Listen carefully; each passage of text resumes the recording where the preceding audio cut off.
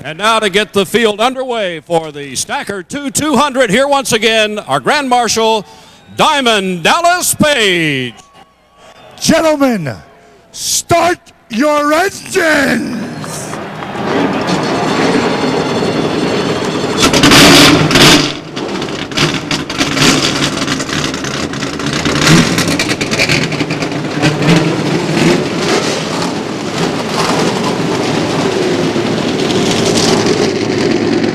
The drivers tighten their belt because it's time to go racing. Back with a starting grid here on FX.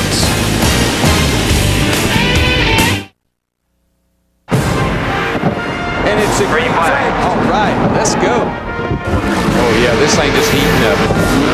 One guy's bad luck, another guy capitalizes. Oh baby. A drag race down the backstretch here.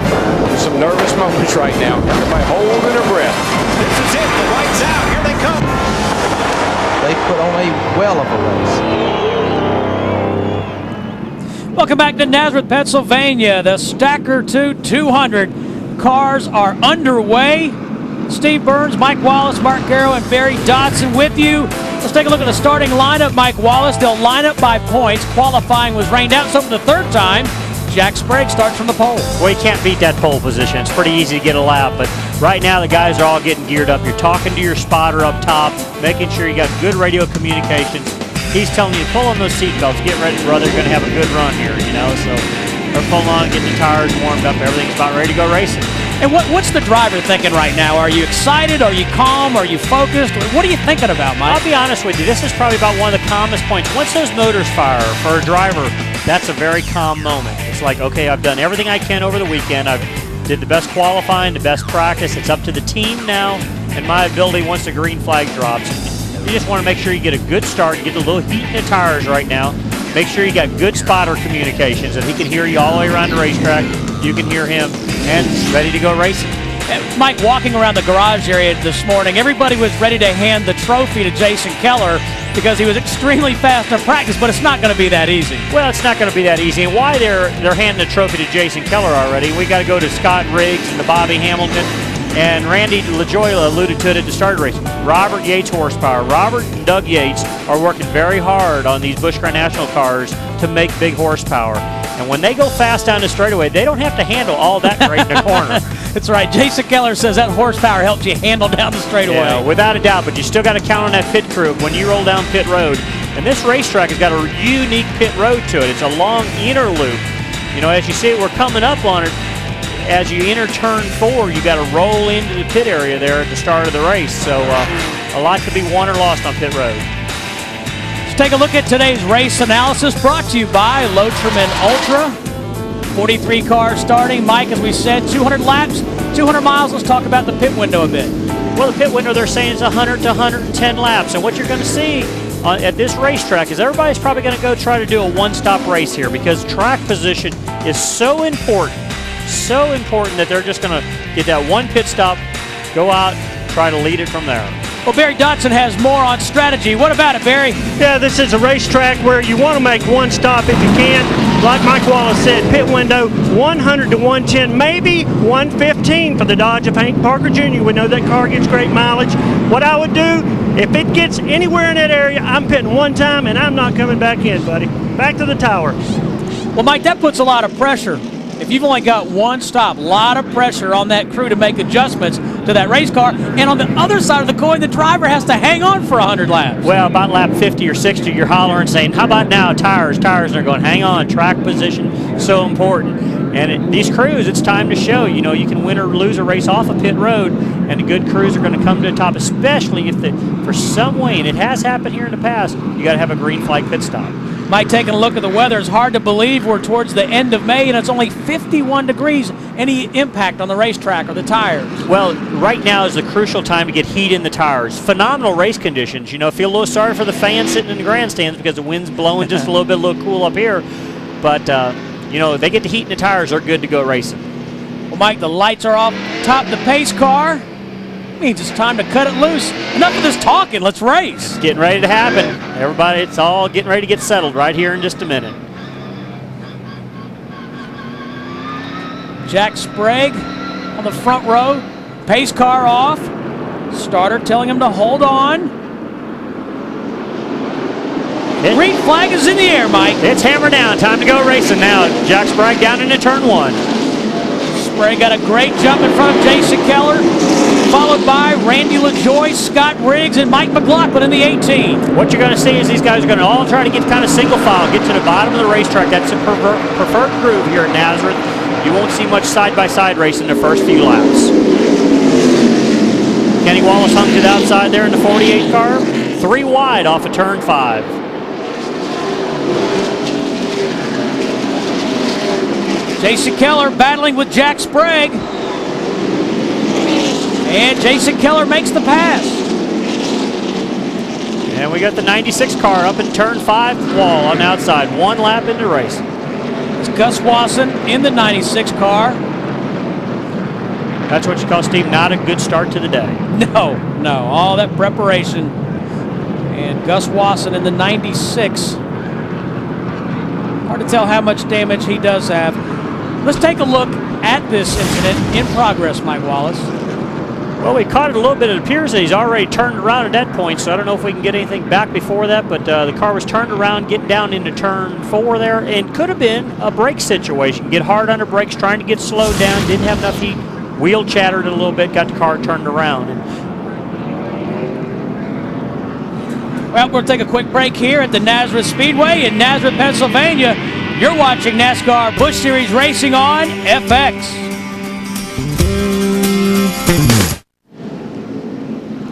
Welcome back to Nazareth Speedway in Nazareth, Pennsylvania. Under caution right from the get-go. Gus Wasson in the 96 in the wall. The window net is down, so he's okay. 72, Rich Markle took his car to the garage. Appears his day may be finished. Mike Wallace, we had just gotten going before trouble happened. Well, it happens at a racetrack like this. A flat racetrack, long back straightaways, a lot of speed. Can't really tell for sure what happened, but it appears the 72 and Gus Watson got together getting into turn 4, and flat racetracks, it happens so easily. And you mentioned that in the pre-race, the fact that there's not a lot of room to miss somebody. Yeah, what it is the groove is very narrow. You'll watch these races and see a lot of asphalt. As we're showing right here, everything up here is the out-of-bounds line. Don't get up there. There's no traction. And everybody says, well, it's a big racetrack. It's got to have traction. It just doesn't. There's no rubber up there. The cars won't stick good, especially to start a race. You just don't want to force the issue. Unfortunately, those guys are going to go back, look at the tape when they see this race and go, man, if we just held a little bit more patience for another second, we would have still been around here. Let's check in with Mark Garrow. Well, we're down here in the Rockwell Automation pits, the Richard Childress racing car of Jay Sauter. They're breathing a little bit of a sigh of relief right now. They ran into the back of Greg Biffle's car. They had Stacy Compton under yellow ride up to take a look at the damage to see how bad it was at the nose, and also to see if there was any fender rub from a fender down on one of those Goodyear tires. He reported back that it looks okay, so they're going to stay out, but they were thinking of coming in until Stacy said, look, guys, I think it's okay. Stay out. I think you'll do fine here without any kinds of problems. So, Steve, that's the update from this pit. A little bit of damage, by the way, to Biffle's car, but nothing to be concerned about. Steve? All right, thanks, Mark. And Greg Biffle won this race a year ago, led 85 laps. Mike Wallace, let's take a look at how he suffered some damage. Well, as you see him getting down in the corner here, Biffle's on the inside, and they just racing side by side, a little door rub here. Well, that's like, okay, I'm here, but let me move you over a little bit. Little tire mark right in this area here. That's just part of Nazareth racing. Coming off of turn turn 3, and it's like, whoa. Yep. 21 car just let him know he didn't appreciate getting moved out, and thought his rear bumper and the left front of the 21 car looked a little better together. And that view given to us from your brother Kenny Wallace's car. Well, Kenny in the Stacker2 car there, he's right there in the action, and it just kind of shows you how aggressive this series is. They want to race as soon as lap 1 starts. The thing about it's so funny, you sit there in the trailer all morning and go, I'm going to use patience today. and we've shopped the world over looking for patience. You cannot buy that stuff. Truckload, 5-gallon pails, nothing. Mike, I maintain patience and race car driver should not be used in the same sentence. That's kind of like oil and water mixing, right? It just doesn't do it.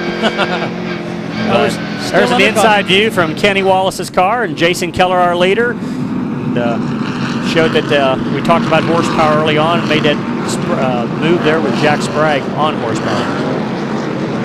You know, Jason Keller said at the beginning of this season, Mike, you know, he's won 8 races in this series, but he wants to win that championship. He's desperate to do it. Feels like this is his best opportunity to do so. Well, it definitely is. And you want to win races, but you want to have that title of championship. You want to look at it and say, I was the Busch Grand National Champion, or I am the Busch Grand National Champion. All right, pace car is off. Jason Keller will lead the field to the green flag, and we're underway.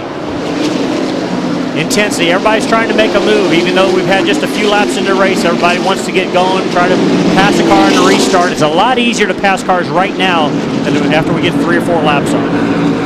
Jack Sprague rides second. That 7 car you see. Randy LaJoie is third. Scott Riggs fourth. Mike McLaughlin fifth.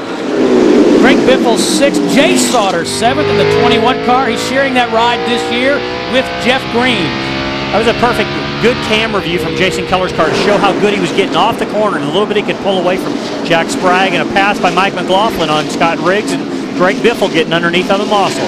You know, the PPC racing team came up here to test, Mike, and they put Jason Keller in Scott's car because Scott wasn't as comfortable here. That's how teammates can help. Well, that's the way all teams should operate. If you got 2 cars, utilize them to their fullest. Get your drivers that they can drive the same setups. That's the big thing. Make them both learn how to drive each other's cars. So 21, Jay Sauter. He's followed by the 59 of Stacy Compton.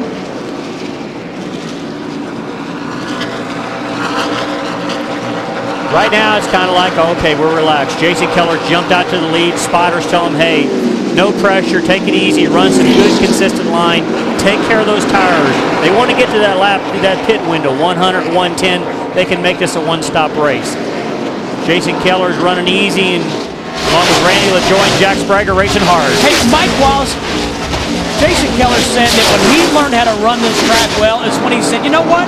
I'm just going to race it like it's a go-kart. I'm just going to have fun. Well, that's what you got to do. Racetracks like this are very unique because they are such a challenge.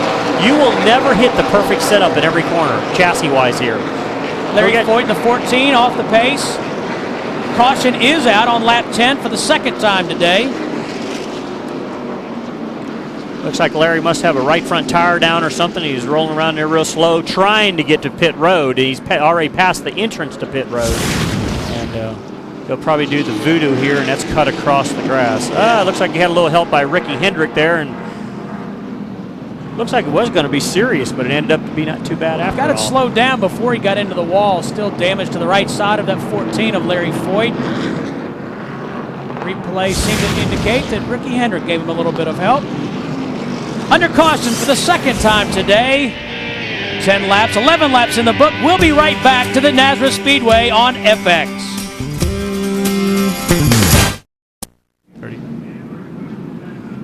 Welcome back to the Nazareth Speedway under caution for the second time today. There you see Scott Wimmer, the 23 car, started this race in the 10th position, but made a stop on pit road right now, being shown in 38. Mark Garrow has more on Wimmer.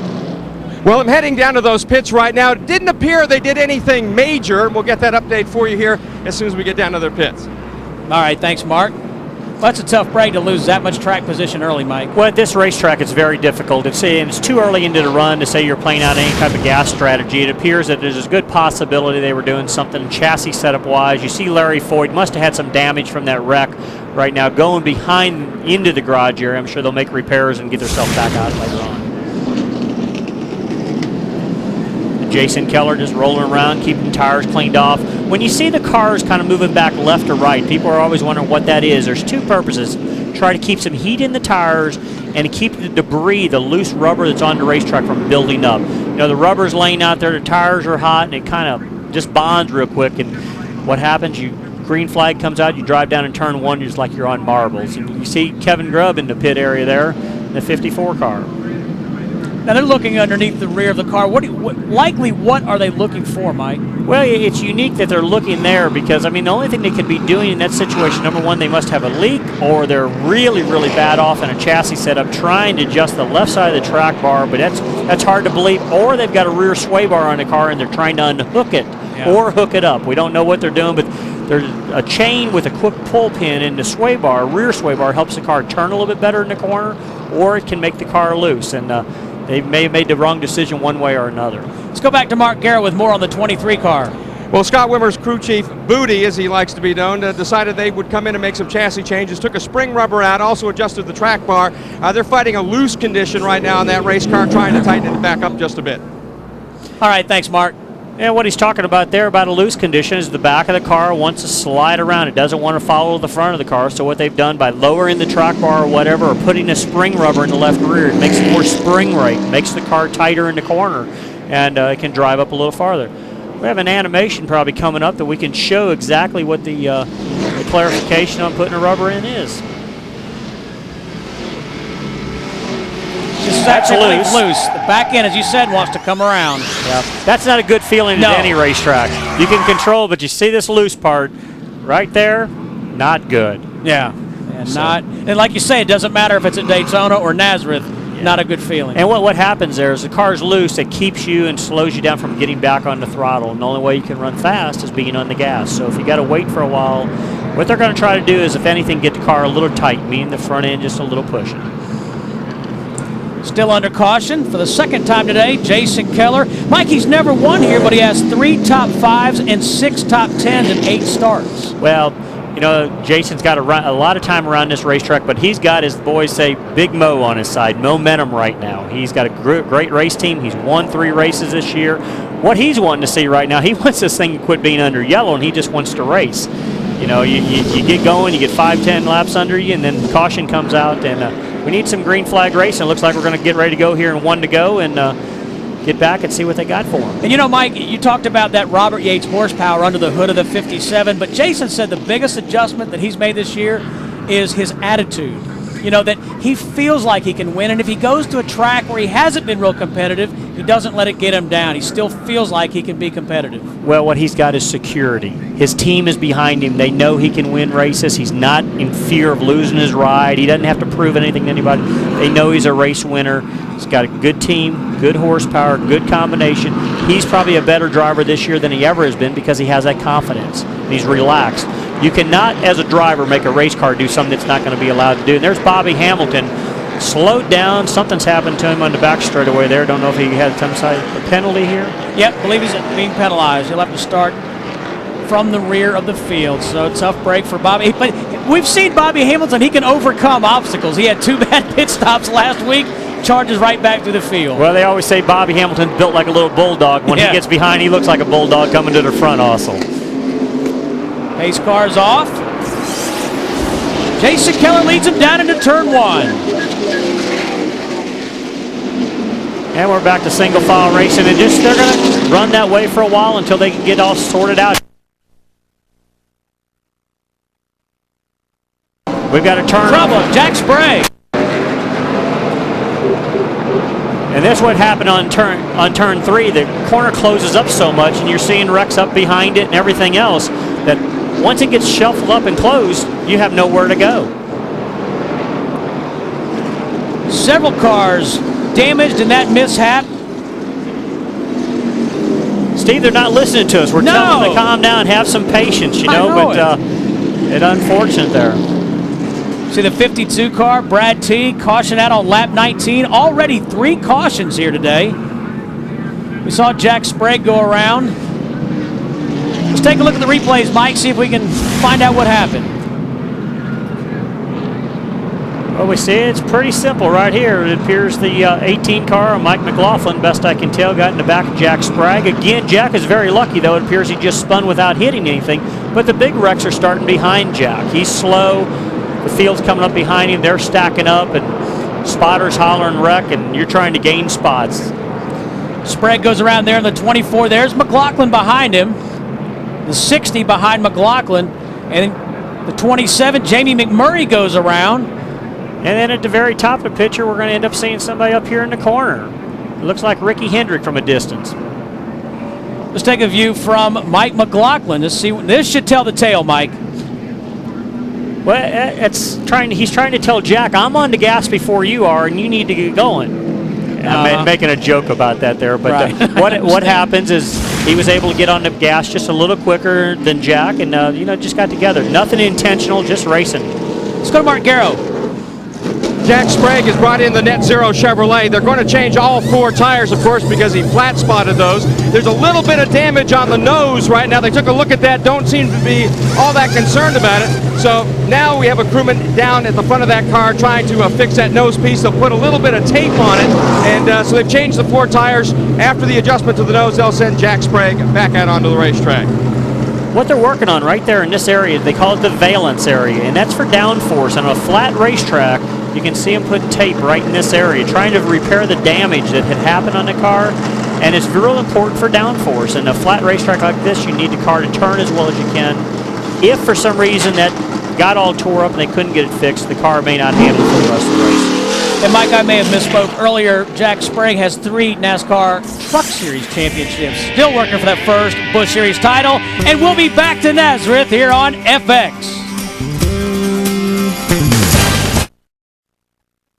Barry Dodson with you. 5-car Ricky Hendrick has been to pit road for service, and so has Bobby Hamilton Jr. in the 25. Green flag in the air. Jason Keller leads Randy LaJoie, Mike McLaughlin, Biffle, Riggs, and Jay Sauter. These guys are just wanting to get back to racing again here. We've had all our incidents in the first lap or on the restarts, and they're all just going to try to get single file down off of turn 3 down that long back straightaway. You can see Biffle in there behind McLaughlin just roll right around the bottom of the corner, accelerating up off of it.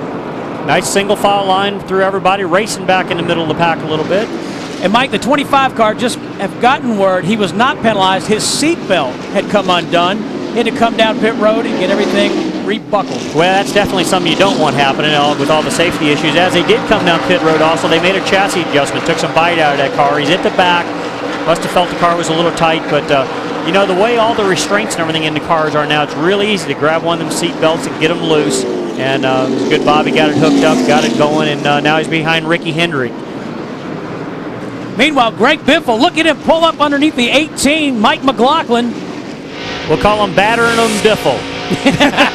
He's not afraid to let the rough side drag. No, Greg, I raced against him a lot in the truck series. A great racer. He races every lap the same, wide open. You know, so if you're there and he kind of needs to root you, no problem. But he doesn't mind getting it back either. That's the nice part about it.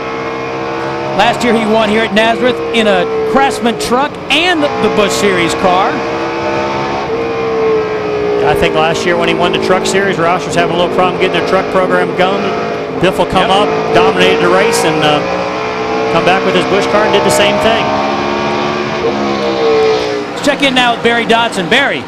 Yeah, Ron Hornaday missed the restart, is up to 14th right now. That's one way he's doing it. He got 3 on the first caution, got a couple more this time, but his car is very, very good. He told me he didn't know how it would be, but it's an 1.5 inch drop. He told me what he had in it for front spring, and I like it. He's moving up.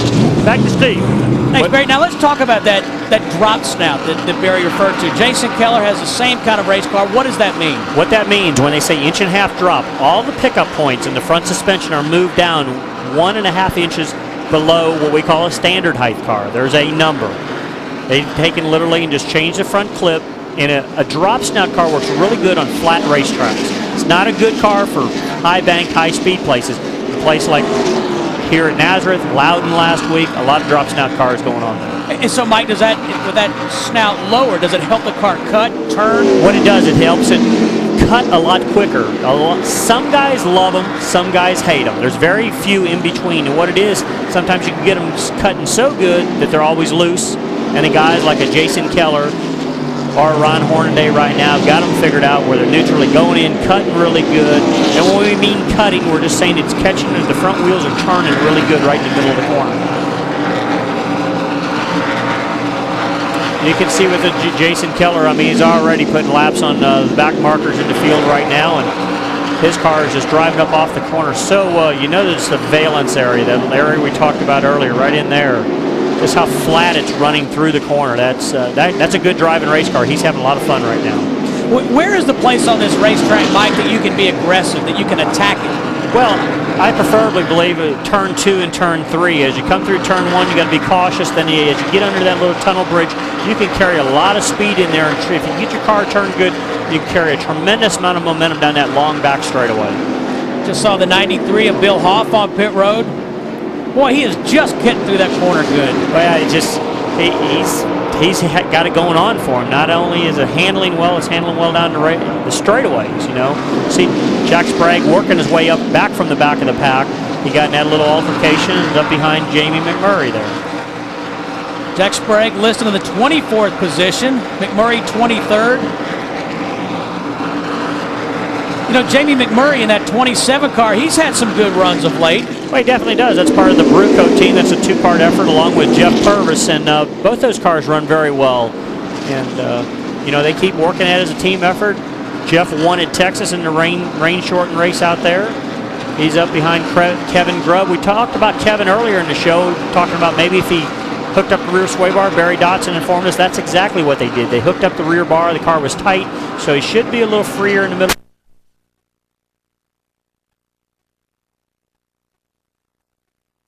Rich was 11th at California, 11th in points. 47th career start for Jamie McMurray here in Nazareth, Pennsylvania. We were showing you an illustration on Jason Keller's car a little while ago in regards to the front valence on the car. How nice and flat. Right in here it is coming off the corner. And we're seeing Jamie McMurray's car there. It was kind of leaned over a little bit. It did not drive it through the corner quite as good. Jason Keller has led all 33 laps here today at Nazareth. He wants to win his first race on this unique racetrack. You're watching Busch Racing on FX.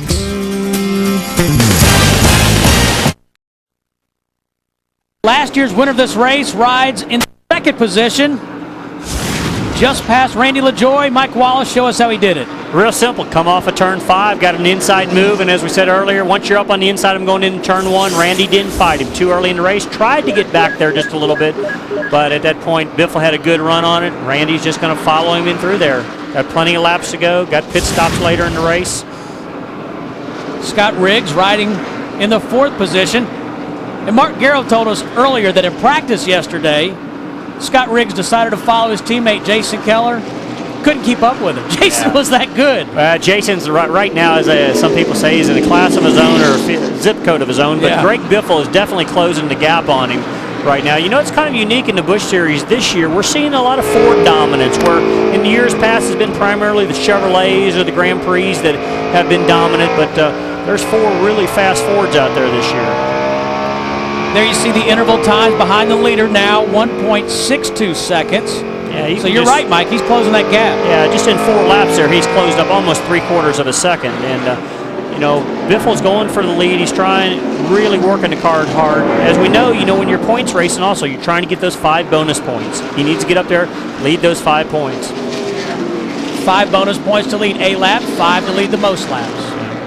At the end of the year, that doesn't sound much to folks, but when you end up seeing championships divided by, you know, 20 or 30 points, and you say, hey, if I would have just led 6 races, I could have won the championship. So the guys that are points racing week in, week out are definitely working on leading the lap or the most laps. Riding with Greg Biffle. You know, Mike, he started the season strong. He had 4 top 10s in the first 5 races, but he's only had 2 top 10s in the last 6 races. Well, you know, Greg's ended up getting in some altercations on the racetrack, and you know, he's a phenomenally fast race car driver. And sometimes, you know, maybe the aggression gets a little carried away, and you know, get cars tore up or whatever. But he'll get it all lined back out before much longer, probably today here, and just keep the fenders straight on that thing. By the first lap of the race, we couldn't tell he was going to be calm, but you know, he's going after him pretty smoothly now. Biffle rides second to that man, Jason Keller. Keller has 265 Busch Series starts.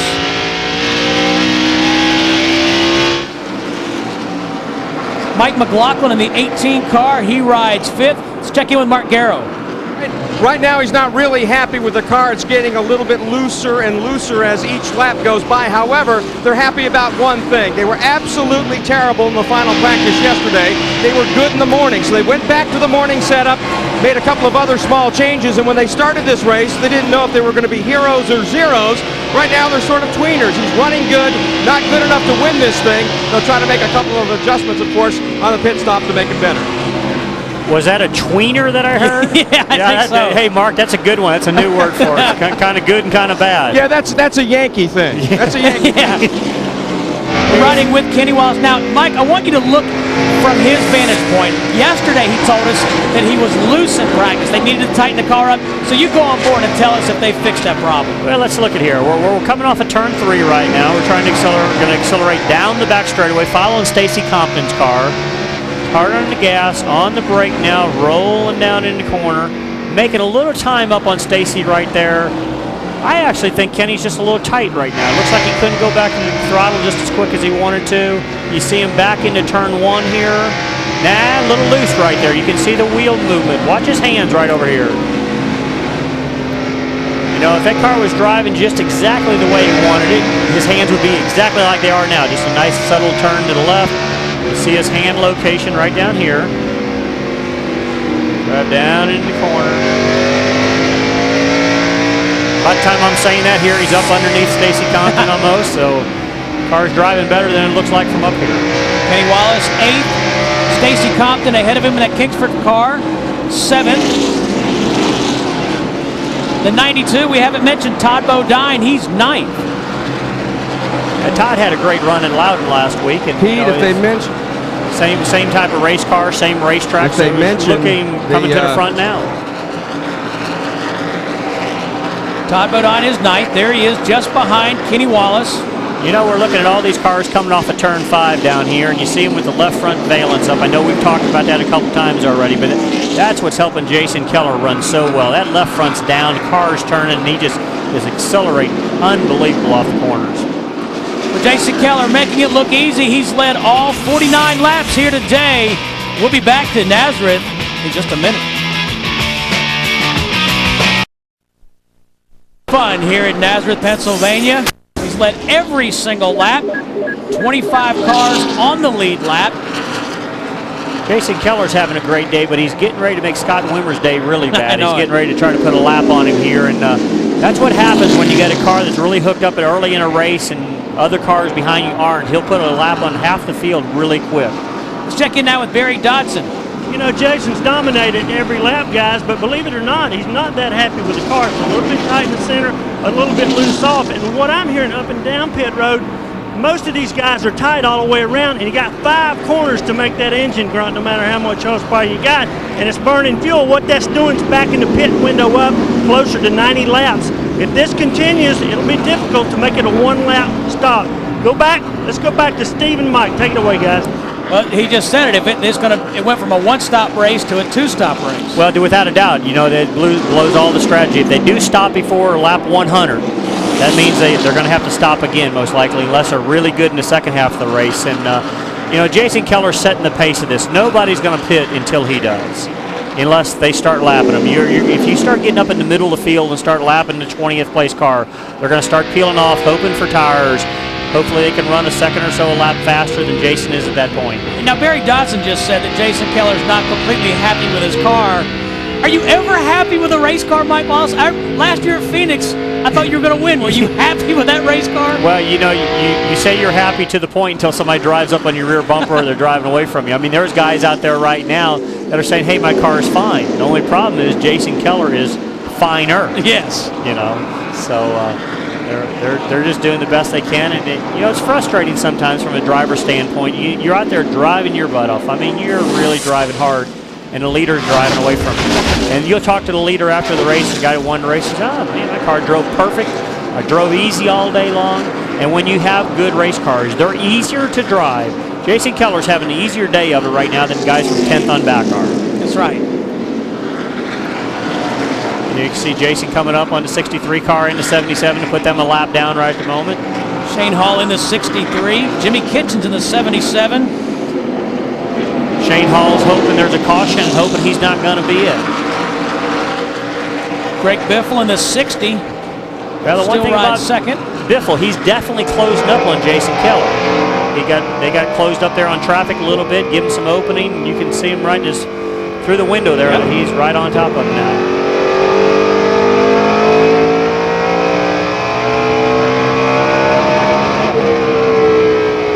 Jason Keller is the finest car on the racetrack. There, we'll say it that way.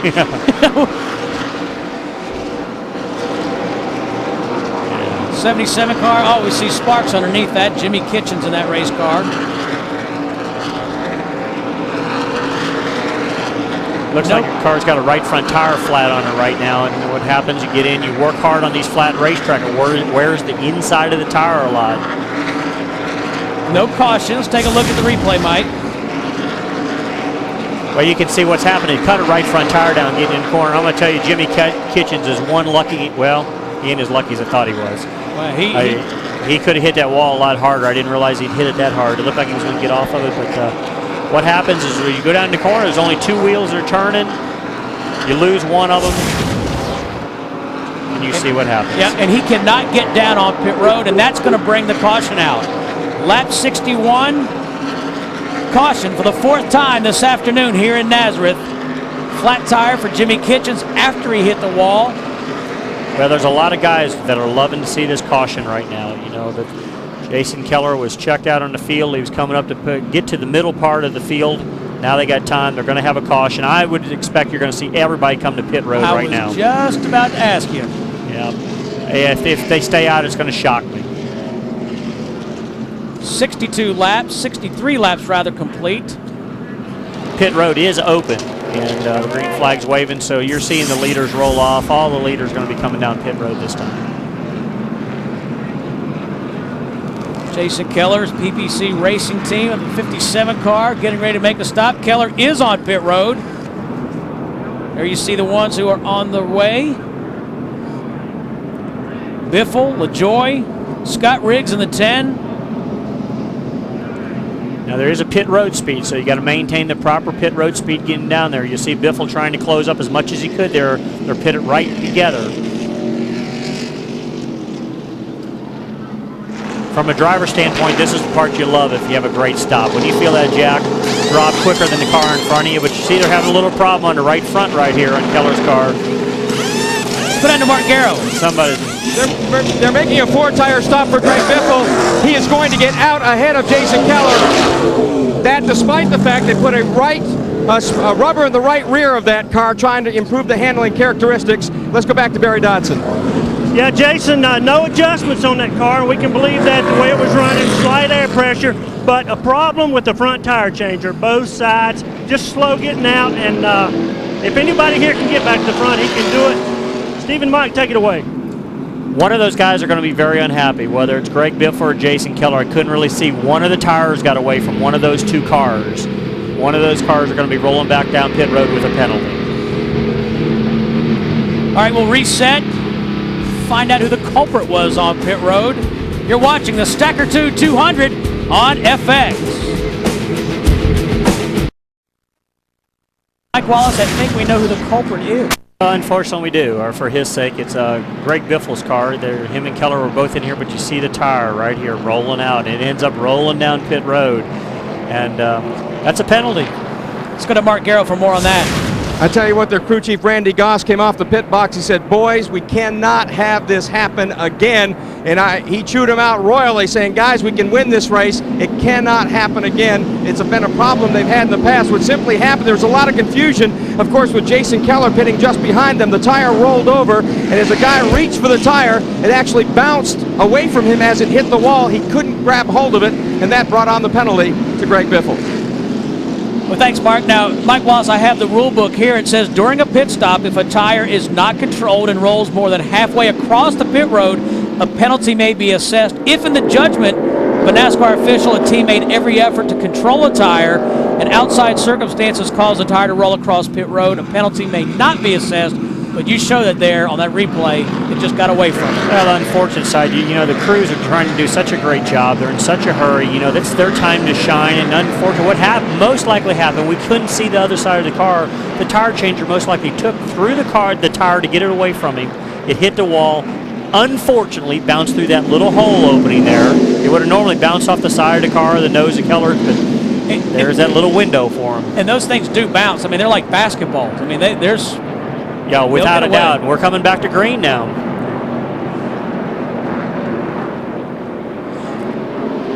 And we'll go from spinning out to Jack Sprague re-leading the race again here in the 24 car. Jack Sprague followed by Randy LaJoy, the 18 of Mike McLaughlin, the 10 car of Scott Riggs, and the 48 of Kenny Wallace. And what you're seeing right now, the 2 cars, even though Ricky Hendrick is a lap down behind Jack Sprague, it's the 2 spotters are saying, come on, Jack, if caution comes out, let us get our lap back, let us get in here. Ricky's driving as hard as he can to try to get back in front of Jack in case that happens. He can be back in his race later on.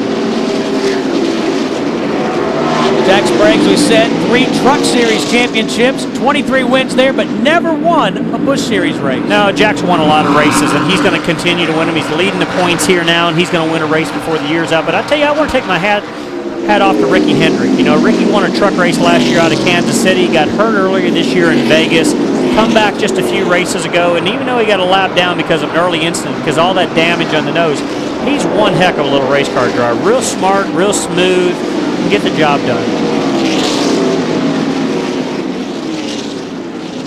Jason Keller, who led so many laps, being listed in the 7th position. Riding on board with Jason, Jamie McMurray just in front of him, listed in the 6th position. That patience we were talking about. 49 car, Troy Klein. Caution is out again for the 5th time.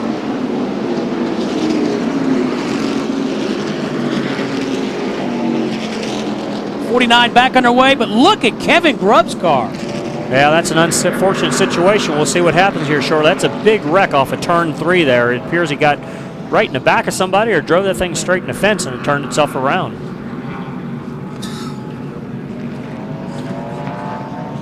The Toys R Us car's got the draft head up in the air right now. That's not a good sign. Caution out, as we said, for the 5th time. Caution displayed on lap 70. Here's a replay. Well, this is a big chain out. Oh. The 66, Casey Mears, looks like he got into the back. The 38, Mark Green. The 49, Troy Klein. Now we're riding with Greg Biffle. That's Casey Mears just ahead of him. He gets into the 38, who had checked up. And I think they were trying to avoid the 49, Mike. Well, I think that's what was happening. And what we didn't see is the 38 car spin to the inside there, but we still haven't actually figured out where the 54 car has ended up getting so tore up at. He's run into someone. And he is flat torn up. Yeah, that's a pretty severe wreck, especially in that location. It didn't appear that he got in an outside wall or anything. Well, as the track workers sweep up, Kevin Grubb is okay, but the window net is down. We'll take a quick break and return to the Nazareth Speedway here on FX.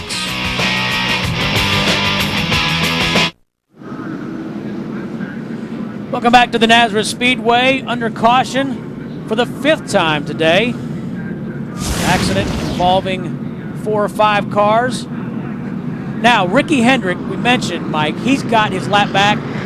Here's his teammate, Jack Sprague, helping him out. Yeah, what it is, they knew there was a wreck off the corner. Caution's out, and you can see Jack check up. Ricky go to the bottom. Randy did not try to race him back in any way. That's teammate racing at its best right there. Now Ricky's back in the race. He can run for a win now. He was a lap down. That's right. He's listed 21st right now. And bad news for Kevin Grubb. Let's go to Barry Dodson. Steve, I'm down here with Tony Lambert. They don't know how much damage they have yet. I think he had the wreck missed. And Tony, what did happen there? What did Kevin tell you? The spotter, he sat there, he said everything's cool, everything's missed, and somebody hit the 94 car, which we've been having trouble all day with the slower cars, and knocked him down into us. And as far as I know, we've cleaned out the front end. We have no oil pressure, so we're going to try to get it back in and see if we can just survive finish here with the Toys R Us car. I tell you what, you guys have been doing a great job as of late. You just need to catch a break. It's early in the season. Here comes the car, guys. It's pretty heavily damaged. Yeah, you're exactly right, Barry.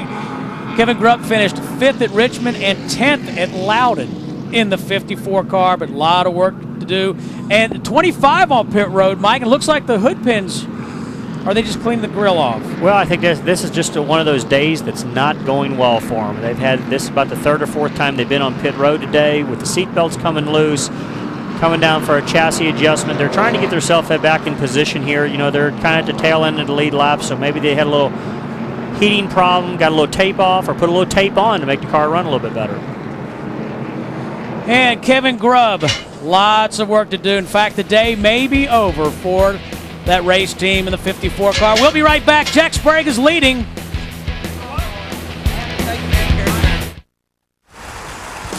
Well, perhaps the most famous resident of Nazareth would be the Andretti family, the fastest car wash in Pennsylvania, Mike Wallace. Well, you can't beat that. And if you're going to come to Nazareth, you're going to think of the Andrettis. That's right.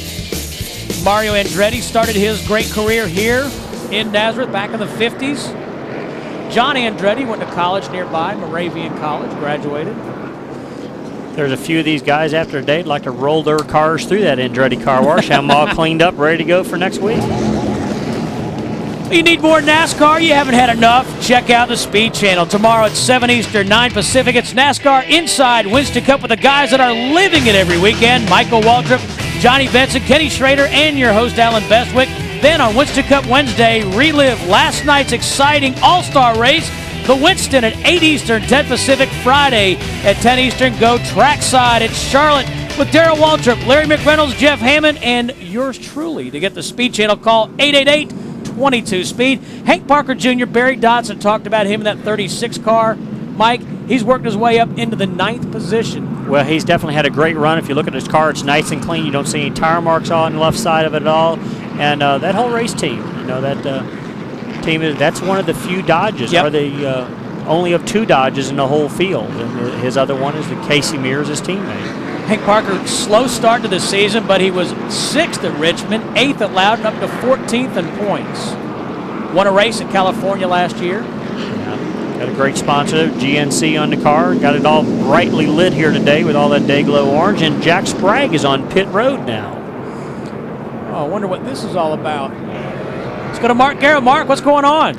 Well, right now it looked like they were going to stay out, and then dramatically Dennis Conner made the call. The crew then leaped up onto the wall to get set to make the pit stop. Conner is in deep conversation with car owner Rick Hendrick. Hendrick has climbed back off the box to head back to his son's pit.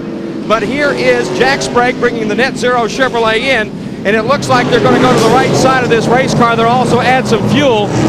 So again, a little bit of a surprise that they did this, but again, we'll get a word with Dennis Conner in a moment as to why they made that decision. They now swing around. They'll also change the left side tires as well.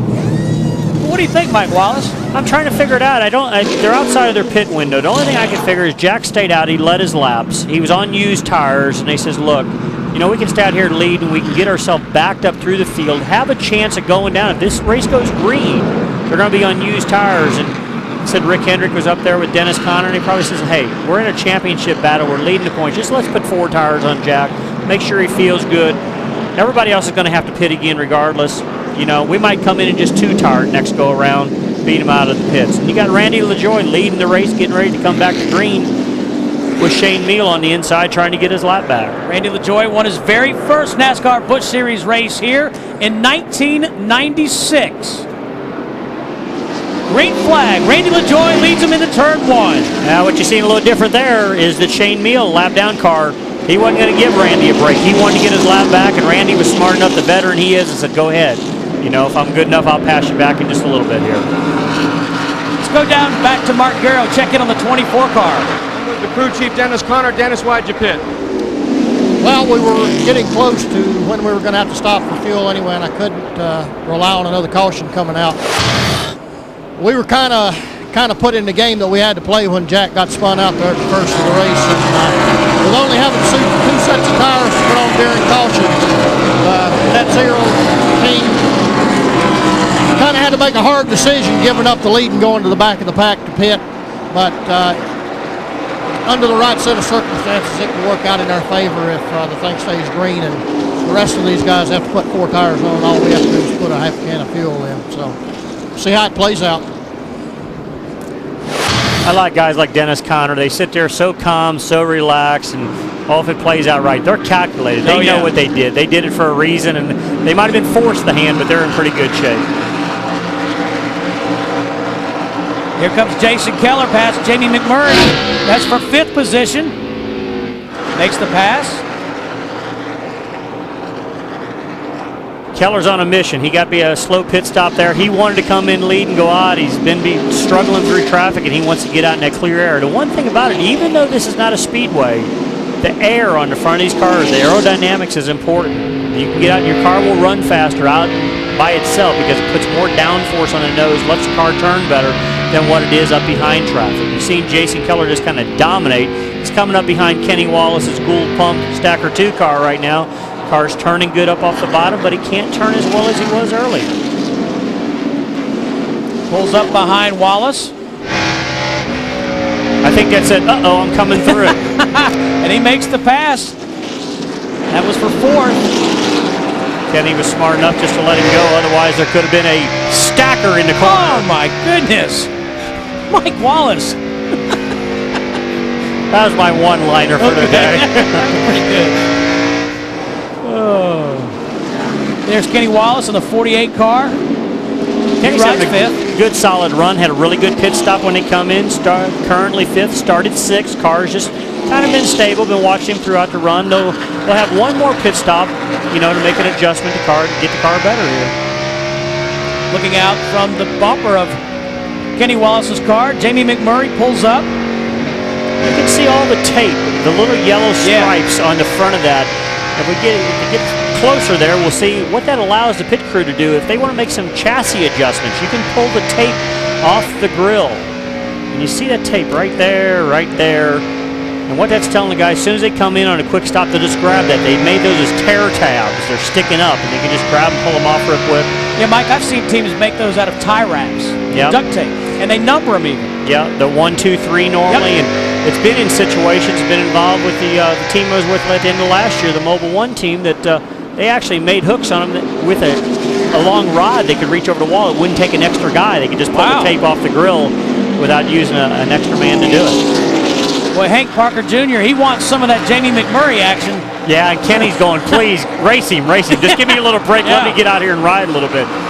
This time of the race, you just want to be able to log some laps. You don't want to have to really race anybody that hard. I mean, you do, but it's like after seeing all the cautions, guys getting turned around, it's just like, let's ride for a while. Let's get a good race going. Murray was 6th.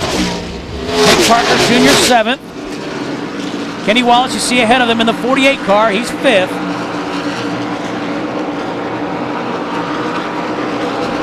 Meanwhile, Randy LaJoy back out front. 268 starts in this series today. 15 wins, 6 poles. He was the champion in 1996 and 1997.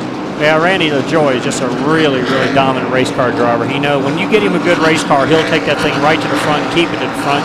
And he's kind of putting on the Jason Keller show of earlier right now. He's driving away from the field. He put Shane Meal back a lap down and getting away from him. And when you got a good race car with all the experience that Randy has, it shows what's going on. He's open to lead up there. Oh, trouble.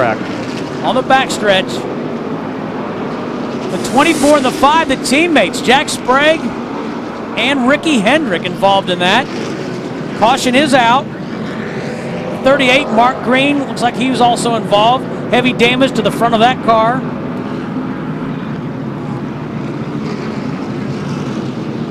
A lot of damage to the 38 car. He's definitely going to have to take that behind the wall. They got a radiator leaking, probably an oil line ripped off of it. And unfortunate, Mark Green was having a good run there in the Aikens car.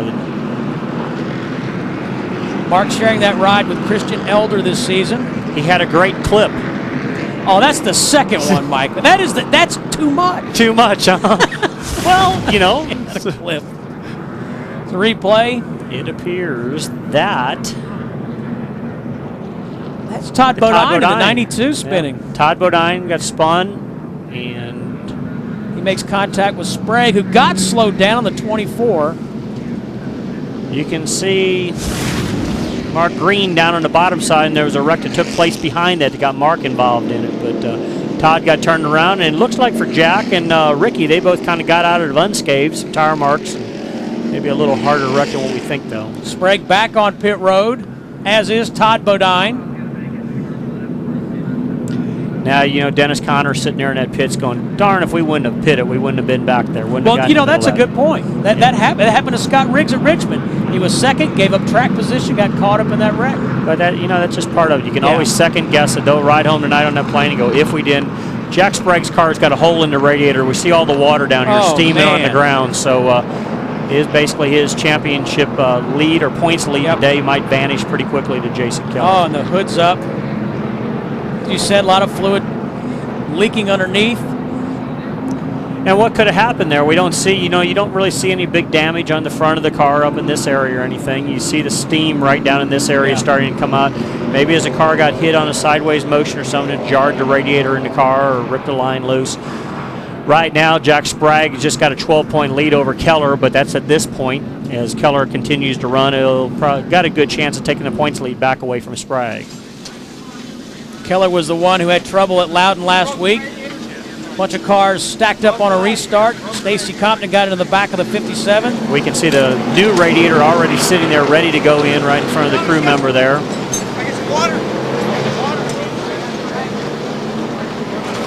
Well, Jack Sprague, the points leader, sits behind pit wall. Meanwhile, racing continues here at Nazareth.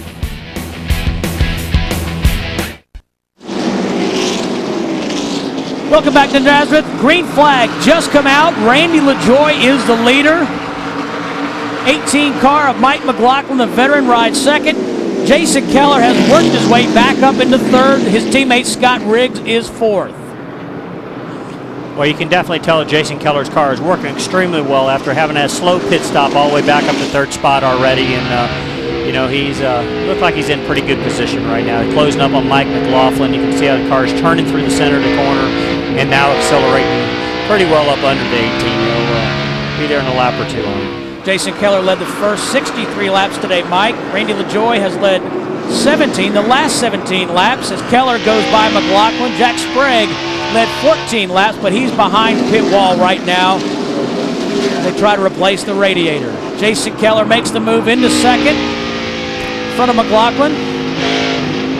Inside Mike McLaughlin's car, talking about some of the safety features in the past. You see this area right here. Right in that area, there's a window net that they put on the right side of the driver. You see the latch right there. Comes up the side of the car. And that's if it has a hard impact on the right side. Keeps his helmet from going to the right side of the car.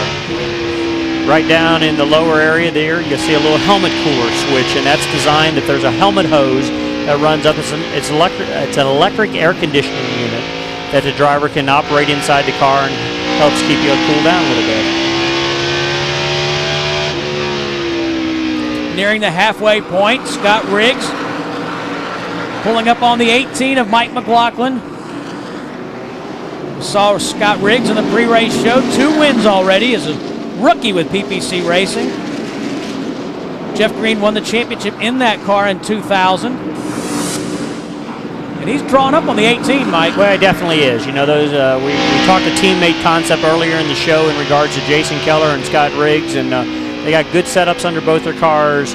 Crews have done them a good job. You can see turning up under the 18 right now, driving up under the corner. He's able to get in the throttle a little quicker. Mike has one of the two things. Car's a little tight or it's a little loose. It's taking him a few seconds, half a second longer to get back to the throttle than... And as you said, if you're off that throttle, you're losing time. Yeah, it's you're off the throttle, you're not going forward. It takes pedal down to run fast, and the cars got it figured out, are driving away. The class of the field today, of course, so far have been the Jason Keller along with Randy LaJoy. But you see Scott Riggs coming along with Mike McLaughlin and Kenny Wallace. 20 cars on the lead lap. Randy LaJoy, your leader. LaJoy's led 22 laps.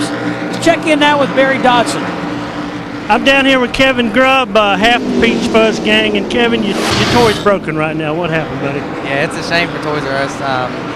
First real wreck we've been in this year, and things were going pretty good, but just the biggest problem is some of the slow cars they have out here. We were lapping cars like every 4 laps, it seemed like, and if they can't keep up with the minimum speed, they need to get them off the racetrack, because they almost cause a lot of wrecks, and I'm sure they'll keep on. But it's just a shame. We had a decent car. We had to come in and make some adjustments, so we were in the back, and we came back up through there, and it's a deal where we wanted to run 200 laps and didn't even make it halfway, and it's a heartbreaker. But we got Charlotte coming up next week. It's one of my better tracks, and then Dover after that. So we got some good races coming up. Hopefully we get away from some of these flat tracks.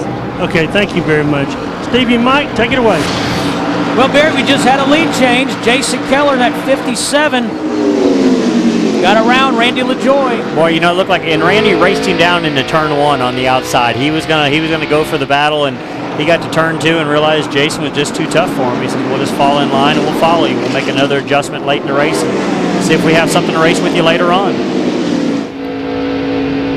Second time Keller has led today. He led the first 63 laps.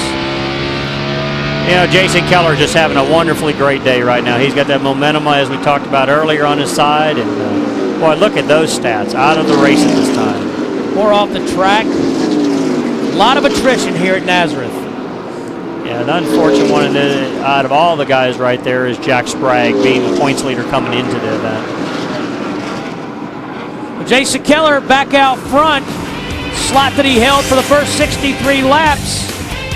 Keith Barnwell watching his team in action. We'll be right back. NASCAR Busch Series Racing on FX is brought to you by Sweet Busch Beer and Easy Drinking Busch Light. Busch, the proud sponsor of the NASCAR Busch Series. Welcome back to Nazareth. Jason Keller at the point, leading for the second time today. He's led twice for 70 laps. It's followed by Randy LaJoy and Scott Riggs. And as Mike Wallace said, this is when it's fun to drive a race car. Hey, Ashton Lewis in that 46, he's having a fun day. Pulling up on Jamie McMurray. Ashton Lewis finished second at Richmond a couple of weeks ago. Came in here 19th in points. Parker Jr.? That's a team, Ashton Lewis.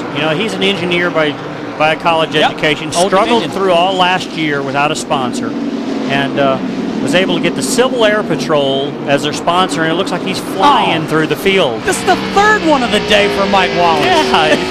No, but Ashton Lewis does a great job. I met his father last year, who was so supportive of his racing, and they put their heart and soul in this team. It's nice to see them have a nice sponsor. They can come out and show how good they are, and they've had some very, very strong finishes. Yeah, Ashton Lewis, as you said, an engineering graduate from Old Dominion University, worked as an engineer with Elton Sawyer at Aiken Sutton Motorsports, and then decided, I'm going to go racing myself. And his brother, Charlie, is the crew chief. Well, it's not much of a better family effort. I think his father owns the team, and all three of them, that's a joint unity, good chemistry there, good sponsorship dollars that are helping them get the job done out here. There's Hank Parker Jr.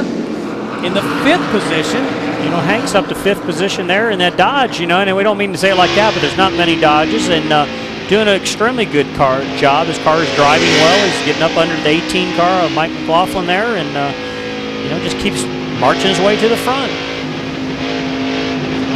See how nice and flat that car is as far as it goes through the corner. We talked about the valence issue earlier, and way down, valence is way down here. It's real level.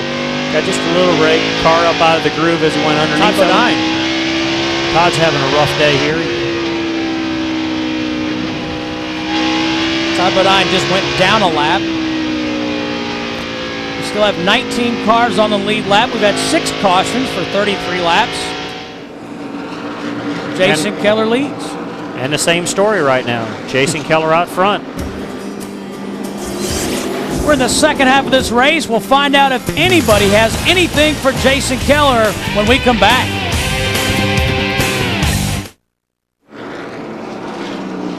There's a familiar sight. Jason Keller at the head of the field of the Stacker2 200 here in Nazareth, Pennsylvania. 81 laps to go. Todd Bodine in the 92. He's been struggling today, Mike. He's having a bad day. He's wishing this race would be over right now. They can load up and go home.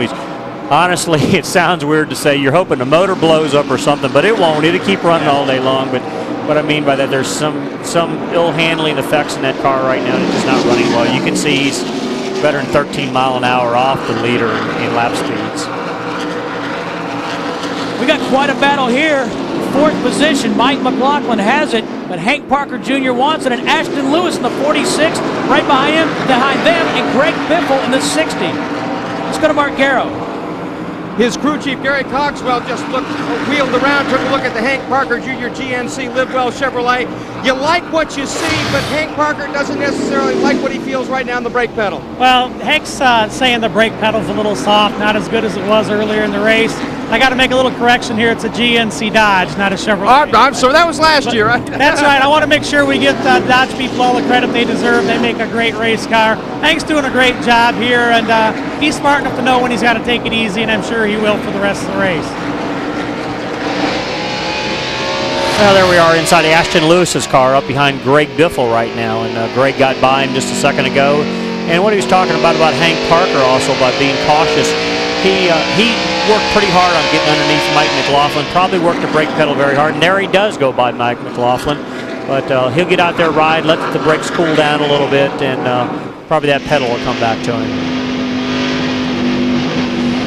You can hear Mike McLaughlin's having a little struggle getting off the corner. He's backpedaling it a little bit. You know, the car's just not exactly the way he wants it to be.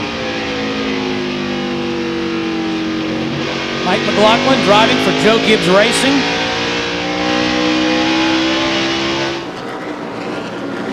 Biffle goes by the 18. Ashton Lewis, he wants a piece of Mike McLaughlin. Yeah, Mike's just kind of struggling to hang on. Right at this time of the day, he's probably best just kind of let these guys go a little bit. You see inside Ashton Lewis's car, and Todd Bodine, you can tell the car looks like it's down on the left front. Must have a flat left front tire. You can see the valence dragging across the ground right in that area. And he's working his way very slowly to pit road and coming in for a stop. His day just went from bad to worse. Todd Bodine on pit road. Jason Keller continues to lead. He's very familiar with that position here today at Nazareth. We'll see if anybody has anything for Jason Keller. All right, here it is, the Pet Boys trivia question. You may know it at home. It's going to go to Mike Wallace, who is the only driver to win this event after entering the race as the Busch Series points leader. Who is the only driver? I asked you first. I know, I'm thinking. You know, hang on, I'm going through my trivia book here. Yeah. It's got to be back a little ways. No hints. No hints? No hints. Is he a current driver in the Busch Series? Negative. Negative. Current in the Winston Cup racing. There's your answer. Matt Kenseth. I told you it was Matt Kenseth in 1999. You did not know. Well, I faked it good, didn't I? Yes, you did. I was trying to get clues, and you weren't helping me any No at all. clues. No clues for Mike Wallace. Hank Parker Jr. along with Greg Biffle. Biffle working on Hank Parker there, working him over for fourth, trying to trap him in behind the lap car is what he was trying to do. Yep, there. Greg Biffle won this race a year ago. Hank Parker Jr. is fourth. Biffle is fifth.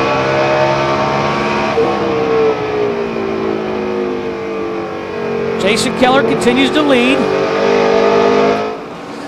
And there's Ron Hornaday in the 26 car. He just got by Kenny Wallace. Ron took that ride over a couple weeks ago and doing a really good job. He's up to 8th position now and driving that thing onto the front. He replaced Lyndon Amick. Ron finished 14th last week at New Hampshire in that car. Ron also ran the Winston Open for Shauna Robinson. He's in the 49 car. Helping them out. And for the Coca-Cola 600. Yeah, so he was doing very well. Ran well down there. Qualified well the other night. And I think had a pretty good run all in all. He's up underneath Mike McLaughlin right now. So Ron doesn't realize he's soldiering to the front in such a way. Scott Riggs, he's listed as third. Jason Keller's teammate. And let's go down to Barry Dodson. I'm sitting here with Harold Hawley. You had to have me a this quick. Harold, the car's coming up through there, and we thought it was Scotty just getting better on the racetrack. He told me you made a dramatic chassis change. Just help to tell us about it. Well, we've been pretty tight through the center. We made a pretty big weight adjustment and tire pressure adjustment last time. He said we fixed 85% of it. Scott's doing an awesome job in this quick Ford Taurus. Looks like it's starting to tighten back up again, so we're going to have to get a little bit more aggressive in what we got on this next stop. So maybe we'll have a little something for him at the end. Okay, thanks for the drink. Back to you, Stephen. Mikey, take it away. Hey, Barry, if you can get Harold down there, ask him if he'll come work on my Busch car next week and get it 85% for me. I'll do it. Oh, man. Yeah, those guys as a team organization, that 57 car and that 10 car, those guys have definitely got the team unity. You know, we can't sit here and talk about Harold Holly, but we got the crew chief from the 57 car who's got Jason. Steve Addington. You know, is doing a great job. Steve, you know, Steve and Jason been together for a long time too. You know, that's they got the camaraderie they need between each other. Yep, both from upstate South Carolina. I never heard that before. Upstate South Carolina. Yeah, man, that's Greenville, Spartanburg. Oh, okay. Yeah, upstate. Just about when you said upstate, I thought we were going to New York or something. No. And the low country is Charleston. Okay. That's South Carolina. We got a geographical lesson as we're going here today. I was waiting for another Civil Air Patrol one-liner from you. Flying through the field? Yeah, no. Haven't mentioned Bobby Hamilton Jr. There he is, listed in the 11th position right now. He's had to fight his way back 3 races in a row. Well, you know, he's got the Marines behind him helping him fight his way back. That's exactly and I tell you, they're doing a phenomenal job. I kind of wrote them off a little while ago about their third pit stop there, but they just keep going. They were as low as 38th, and they're currently in 11th, and just soldiering their way to the front. Well, look at that car sucked down to the racetrack. Oh, without a doubt. Fred Wanke, the crew chief on that car, does a really good job. Well, Jason Keller's doing a great job today here at Nazareth. He's led 100 laps. We'll see if Randy LaJoy or Scott Riggs can catch him. Jason Keller trying to put Tony Raines a lap down. Raines in the 33 car, the last car on the lead lap. Keller's led twice for 105 laps. Jack Sprague, we need to follow up on him in the 24 car. He's listed in 29th, 19 laps down. Spent a lot of time behind pit wall. Let's go to Barry Dodson.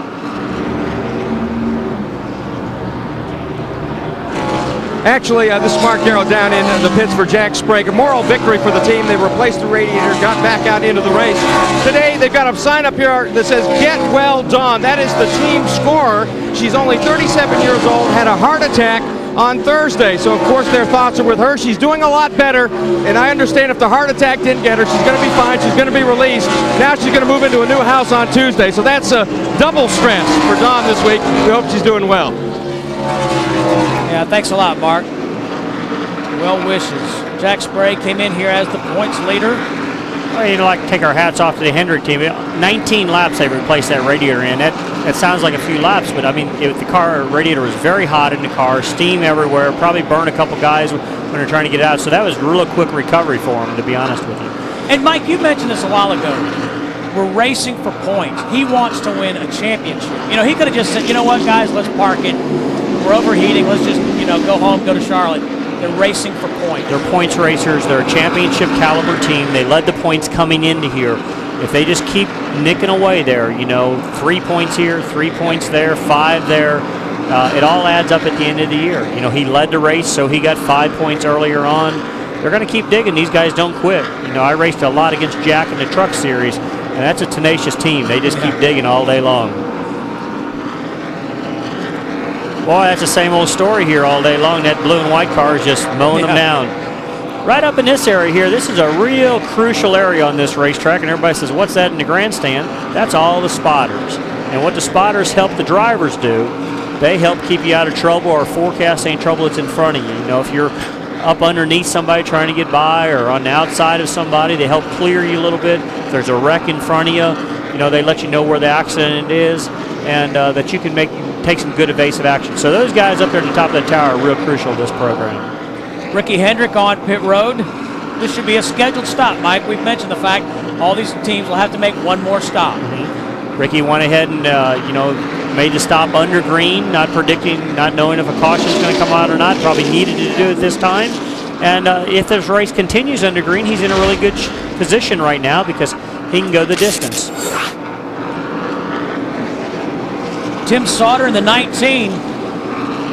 Well, he's had a great run the last few weeks. Yeah, that's a new, team this year. Tim Sauter's got a lot of success through the ASA series and that. A new startup team basically this year, making every race, running very well, and part of the Sauter family. Yeah, and there's 3 of them in the race today. Johnny, Tim being passed there, being put a lap down. You can see Tim stick his finger out the window to motion Jason to the inside. He didn't want to lose anything racing against Tony Raines there, so he's going, Jason, get to the inside, I'll leave you go, and no need to race him.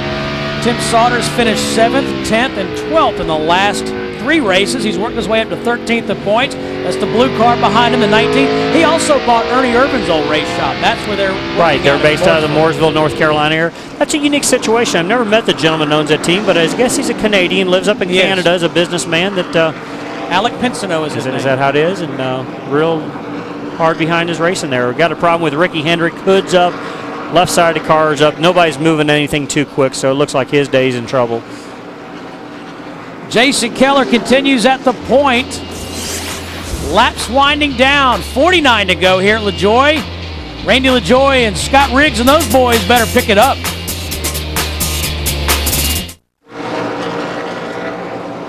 Jason Keller out front here at Nazareth. He's led 118 laps. Randy LaJoy rides second. Greg Biffle is third. Scott Riggs is fourth. Ashton Lewis Jr. is fifth. Greg Biffle is, by what we've seen, maybe the fastest car on the racetrack. Oh, without a doubt. You know, he had that penalty early in the race where the tire came loose on pit road. They put him in the back of the field, and he is steadily just continues to march his way to the front, currently in third position, right up on the back of Randy LaJoy. Lap car, the 94 of Jason White, in the way, but Biffle dispatches him. Yeah, it's getting to the time of the race right now. You know, we have one more pit stop for most everybody. It's coming up in some laps from now, and but Biffle's trying to get by LaJoy, get closed up as close as he can to Keller, and because depending on the pit stop. So it's going to be interesting. We've got to start playing out a little pit strategy here. Yeah. 2 tires, 4 tires.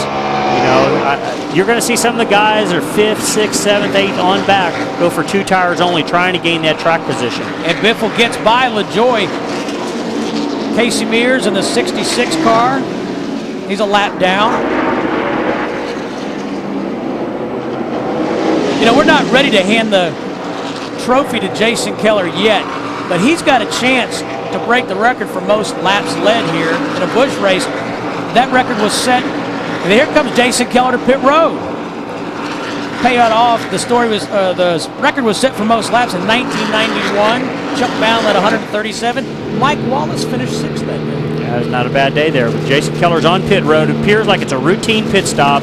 Didn't come to pit road slow. Cruise over the wall. Tires getting changed. And, you know, they probably pitted just a hair quicker than we thought they were going to. Having some trouble on the right front there. This is costly. When you got a right front, you know, or a right rear, anything under green, it's bad. Barry Dotson might elaborate on that a little bit more. 2 tires. They'd already had a slow stop, trying to get 4. All they need is 2. Track position. They got him. It was a slow stop. He was about 7, 8 laps early, but they wanted to get in, get out before anybody else knew what their hand was going to be. Well, what they did, Barry, they set the tone for everybody. I assume you're going to see mostly all 2-tire stops from here on out because they just watched the leader. Nobody can give up that additional, you know, 8 to 10 seconds. Along with Randy LaJoy rolling down pit road in his stall right now. So Margaro. A little bit of a traffic jam. LaJoy almost clipped Kenny Wallace's car as he came in. Wallace going out. They'll make a slight adjustment to LaJoy's car. 1 pound of pressure out of the right front. He's fighting a little bit of a tight condition. They hope that's the right adjustment. He's down and away. A very quick stop for the Kleenex crew. Well, there's the scenario totally changed. We've seen Jason Keller have a little bit of a bad pit stop, but only put on 2 tires. Randy LaJoy just put on 4 tires with a good stop. So it may play out in the end. The 4 tires might be better for him. Greg Biffle in the 60 inherits the lead. Won this race a year ago. Mike McLaughlin on pit road in the 18.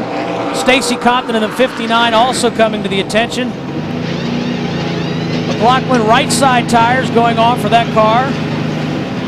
So 2 or 4 here. Well, looks like a 2-tire stop only. The only car I've seen on pit road so far is Randy LaJoy. They had a lot of confidence in their pit crew that they were going to roll off a good stop, and had seen what Jason Keller did and said, hey, we're going to go for 4. We think we can beat them on 4 tires instead of 2. So we'll have to wait and see if it pays off. Now, if by some great chance a caution would come out, Randy LaJoy is sitting in the catbird seat. You know, because he's got 4 fresh tires. Everybody else got 2. Greg Biffle rolling down pit road right now. uniqueness about Nazareth, got a long access road all the way to pit road. You can speed, really sail pretty quick through there until that point we just passed there, and that's the indicator for pit road speed. Let's go to Barry Dodson. Greg Biffle's coming in. We're going to see what he's going to do. He's got some right front damage. Right side's going up. First can of fuel's in. And it's going to be 2 tires, buddy. They don't need to wait on that fuel, boys. Go. Go, go, go.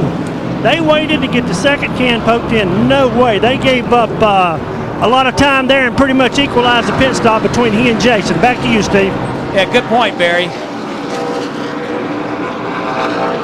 36, Hank Parker Jr., also on pit road.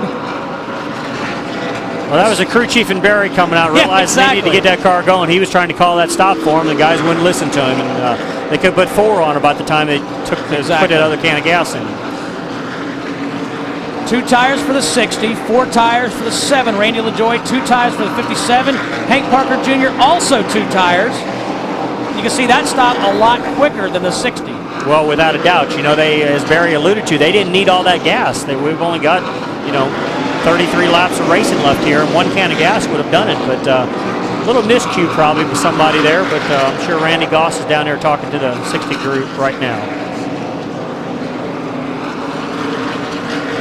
Scott Riggs is the leader, but he's headed to pit road. Let's check in with our crew chief, Barry Dodson. Okay, I'm waiting for him. Here he comes, boys. Pit road speed.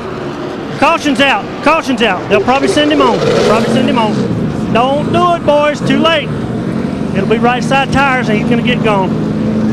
1 round of wedge out. And looks like Greg Biffle's been caught up. Okay, back to you, Steve. Thanks, Barry. Documenting the pit stop, right side tires of the 10 car. Greg Biffle. Heavy impact, I believe, with the 37 of Jeff Purvis.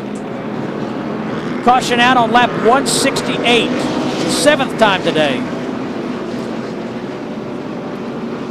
Yep, that's the 37 of Jeff Purvis. Really hard hit between Jeff Purvis and Greg Biffle over there. Right in turn 2, between turn 2 and 3 underneath that walkover bridge. And those guys took a really hard lick. We are watching the pit stop for Scott Riggs. Let's take a look and see what happened, Mike Wallace. See Biffle. The wreck has already happened. Well, you can see what happened. Jeff Purvis appears that he's lost a motor. And he's got oil all down. And severe wreck. I hope that was a hard hit right in the door. But as we seen the oil and that coming out from underneath Jeff's car, what happened, there was oil on the racetrack. Biffle couldn't turn the thing and just hit him. I mean, let's listen from Greg Biffle's cockpit. On board with Greg Biffle.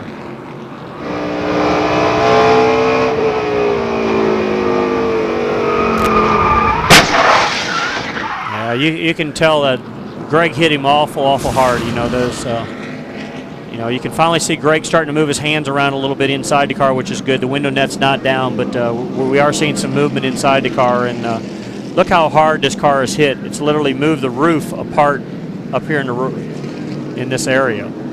That's a tremendous hit.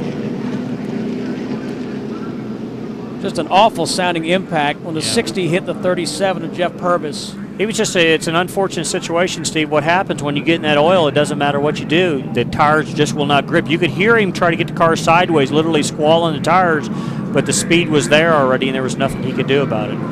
But we see Greg Biffle has taken his helmet off. He's moving around in the 60 car. Caution out for the 7th time today. Hard impact between Greg Biffle and Jeff Purvis. We'll be back in just a minute to find out what's happening.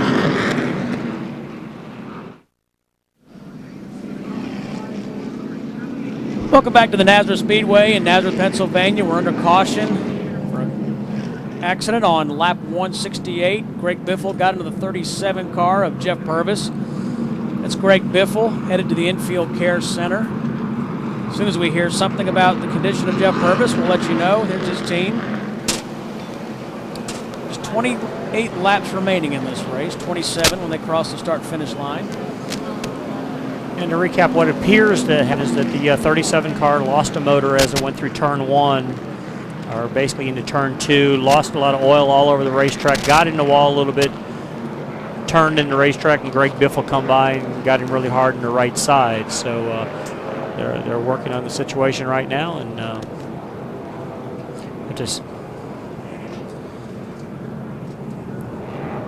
We'll be back here at the Nazareth Speedway in just a moment. You're watching FX.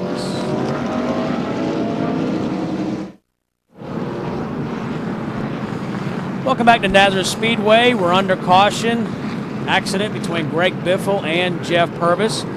Track safety workers still attending to Jeff Purvis. Jason Keller, just to reset, is your leader. We've completed 174 of 200 laps. And as the track workers continue to attend to the situation on the racetrack, we'll take a break and be back with the Stacker2 200 here in Nazareth, Pennsylvania.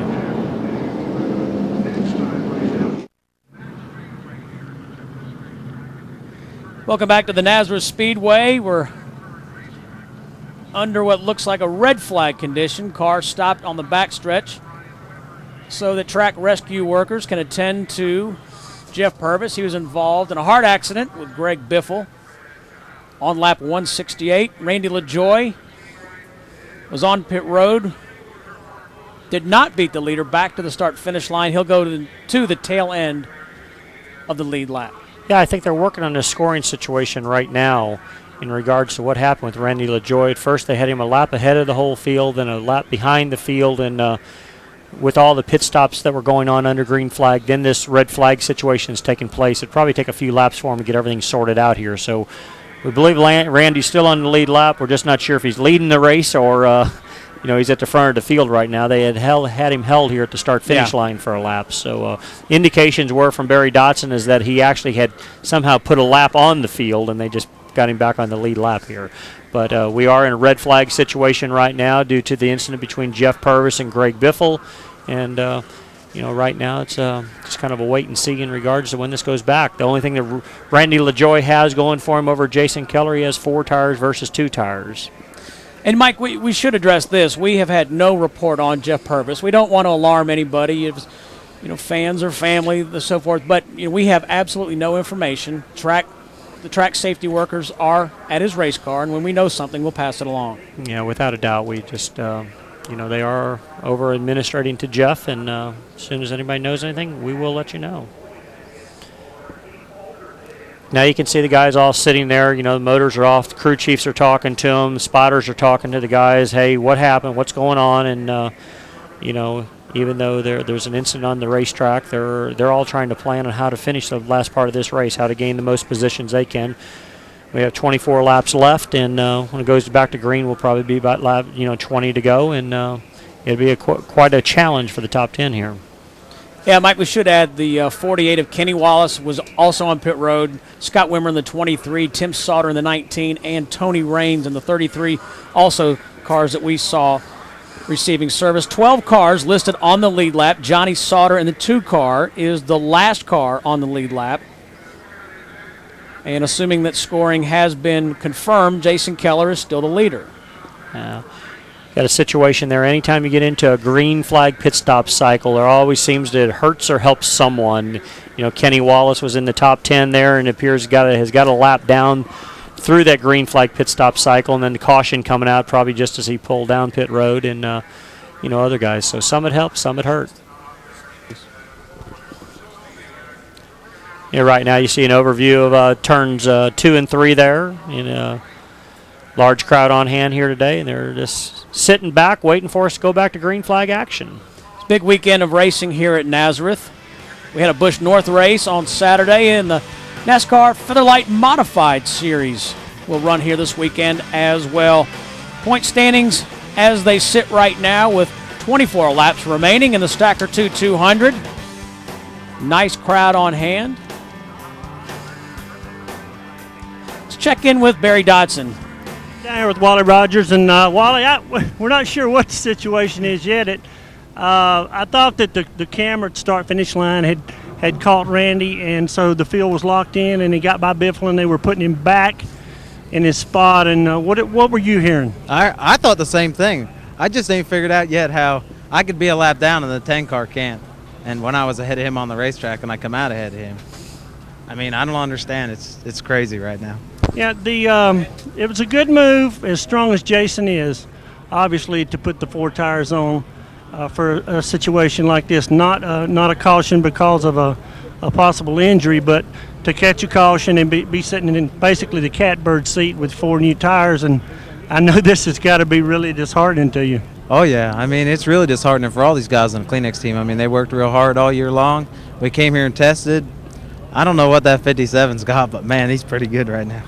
He's got a lot of desire. He didn't like some print he read about backing into the race at Richmond, so that's part of his package today, I know for a fact. But you guys have to be proud of a very good run, and hopefully they'll get it straightened out. Yeah, I hope so. I mean, Randy's done a great job, and I don't know. If they get it straightened out, I think we can take a shot at him now. Attaboy. Steve and Mike?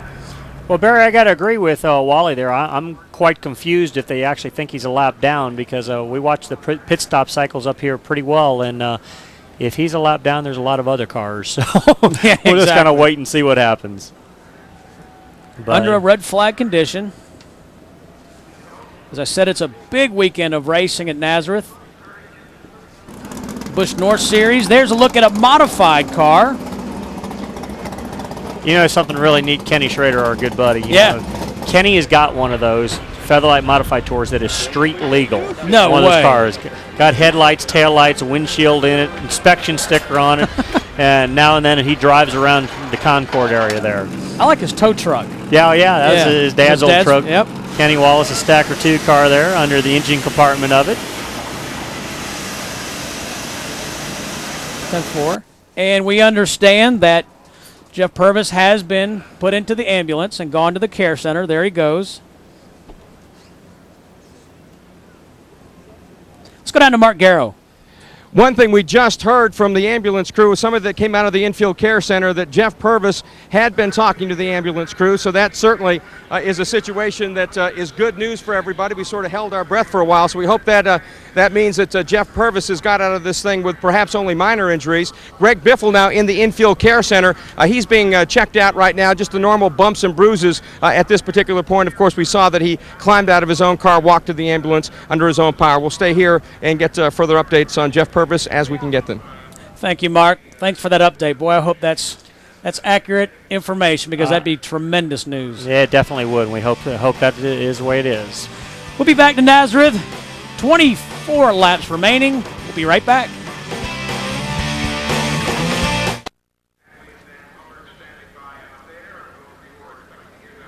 Back at the Nazareth Speedway. 24 laps remaining in the Stacker2 200. We're under a red flag condition. Steve Burns, Mike Wallace, Barry Dodson, and Mark Garrow with us today, providing the coverage. You see the cars on the backstretch. Well, next week it's another full weekend of racing across the Fox networks, beginning Thursday on FX with Winston Cup qualifying live from Charlotte. Then Saturday on FX, it's Winston Cup final practice, followed by the CarQuest Auto Parts 300 on Fox. On Sunday, start your race day with NASCAR This Morning, presented by Smirnoff Ice on Fox Sports Net. Then go racing under the lights with the Coca-Cola 600 on Fox. It's all next weekend from Charlotte across the Fox networks. And just to recap, we had an accident on lap 168. Greg Biffle making heavy contact with Jeff Purvis's car, who'd blown a motor. And Mike Wallace, we have heard that Jeff Purvis is conscious. We hope that's the case, and understood that he's talking to officials. That was a savage accident. Well, that's without a doubt. You know, it was a horrible wreck, but you know, we're giving everybody the information we're hearing. They're saying Jeff Purvis is talking, so that's a good sign. He is in the care center, and we don't know anything more about it than that right now. So we're glad to hear at least he's being able to communicate to everyone, because, as you said, it was a savage impact right in the driver's area in the left side of the car there. And he was sitting still.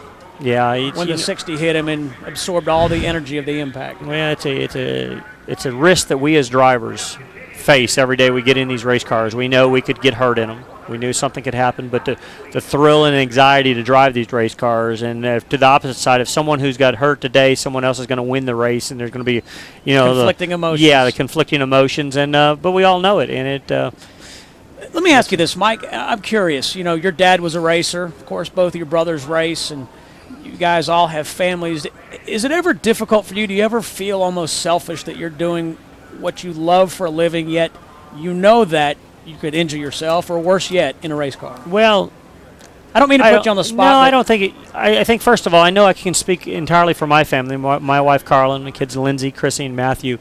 They know what Dad does. They like what I do. They enjoy it. My wife understands it. I met her at a racetrack, and I think the nicest part is I get to do, and my family, I know, my brother Rusty and Kenny, we get to do what we love to do, is drive race cars, and we get paid for it. So what's better than that? I mean, everybody can take a chance of getting hurt, you know, whether it's walking across the street, driving an airplane problem, or just anything. So we got to take it for what it's worth and feel very fortunate. And again, the opposite side of it, when you win a race, you run up front. Last night we were at the Winston, you know, it was just like a phenomenal experience, and it's like, this is what it's all about. Yeah, and you talked about what an electrifying atmosphere it was at Lowe's Motor Speedway. You know, 180,000 people there watching, and it is exciting. That's the glamorous part of the sport. The reality is the reverse side of what we just saw, that drivers can get hurt, or worse yet. Yeah, well, drivers can get hurt, and we all know that. But for every driver that's participating in Winston Cup racing, or Busch Grand National, or Craftsman Truck Series racing, Featherlight Modified Tour, got to remember there's thousands of other guys that would just love to have the opportunity to do it. So we take those risks, we accept them, we try to make ourselves as safe as we can in the race cars. NASCAR has stepped up since last year. I mean, we addressed it, you know, since the Dale Earnhardt incident back in Daytona, and have spent a lot of time, energy, and money on creating safety devices within these cars. The end result, no matter how hard you try, that you got an object that's stopped and hit by another object that's going 100 miles an hour, or if you hit a concrete wall, it's going to hurt. No two ways about it. Well, thanks, Mike. Let's check in now with Mark Garrow. Mark? We had an official from the Bruco Motorsports team just come out of the infield care center here. The news continues to get better in regards to Jeff Purvis. He's a little bit groggy, but he is responding to the doctors. He is talking to the infield care center workers right now. It appears he may have an injury to his left leg. It doesn't appear to be at this point that bad. At least we don't think so. They're talking about it being sore as opposed to perhaps being broken, that sort of situation. But he is, again, a little bit groggy. He is responding to the doctors. They've asked him to sit up, and gradually is sort of making his way up there. Gradually, you know, again, Mike, you maybe can explain this a little bit better. The fog is beginning to lift a little bit for Jeff Purvis. Obviously suffered a concussion, probably with such a heavy lick. But again, as time is going on, he's being able to respond and do more for the doctors, and that's very good news after what we saw up there in Turn 1. Well, Mark, without a doubt, and thanks for the report. I mean, for everybody out there, all his friends, family, everybody, when you can start being alert, and basically what happens, and I'm not a doctor or a physician and know exactly why, but I've always been taught if your body takes a severe trauma, severe hit, it blacks out. You get knocked out. To protect yourself. Yeah, it's happened to me, and it's explained to me that your body is smart enough under that impact to know, shut down for a few minutes, just, you know, black out for a few minutes, then come back, and it appears what's happened to Jeff. He took a severe impact, side impact. Talking about his left leg, he got hit in the left door, probably slung his leg over against the door bar or something like that. But hey, it's thrilled to death. I'm glad to hear the news right now. I mean, that's wonderful. Even if he has a broken leg out of it, he's doing well. That's a true blessing. And you know, Mike, I didn't mean to insinuate that you were selfish. I mean, let's be honest. I, in the motel room last night, watched a fight on another network, and I saw two guys absolutely pummel each other, and you know, they just kept coming back for more punishment. They're bleeding. I mean, same thing. Those guys, let's assume they're doing what they love to do, which is box. Yeah. But they understand that when they walk in between the ring, that's what happens. Yeah, that's, you know, as race car drivers, we feel we're invincible at times. We can't get hurt. Nothing's going to bother us. And I got to think the same thing about boxing, though. I look at those guys and go, they know they're going to hurt when they get in the ring, you know. But it's that thrill. It's the anxiety of knowing, first of all, that you can do something that everybody else can't do. You know, as race car drivers, boxers, whatever, not everybody in this world gets to do it. I go into a whole other spectrum. I got to fly an F-15 back in November with the Air Force. And everybody says, what do you like doing that for so much? You know, because I've been able to do it twice now, and it's like, because everybody else can't. Yeah. You know, we're fortunate, and we got an opportunity, and it's just, it's pure exhilaration is what it is. Yep. Let's check in back with Mark Garrow. I'm with the crew chief for Greg Biffle. Randy Goss has just come out of the infield care center. Update us on Greg's condition, please. Well, I just talked to him, and they're taking to check him out. He was semi-unconscious, I guess, when they got there. People at home probably seen more than I've seen here, really. But he was talking all right. He's real sore, and they're going to go check him out just to make sure he's all right. Basically, he got caught up in the oil. Did he say anything about what happened? He said that once he got in the oil, that he was trying to figure out how he was going to hit Purvis the easiest, and he thought about turning into him, but then he didn't want to get him with the nose, so he turned it around. I haven't seen the tape, so everybody at home knows more than I do. Well, thanks for the update. Again, basically good news here at the Infield Care Center for both Jeff Purvis and Greg Biffle. They're going to be hurting tomorrow morning. Might feel a little bit woozy, but that's certainly a whole lot better than what the outcome could have been in such a vicious wreck that we just saw here just moments ago. All right, thanks, Mark. We appreciate the report and the hard work. We'll come back, try to restart this race for the final 24 laps.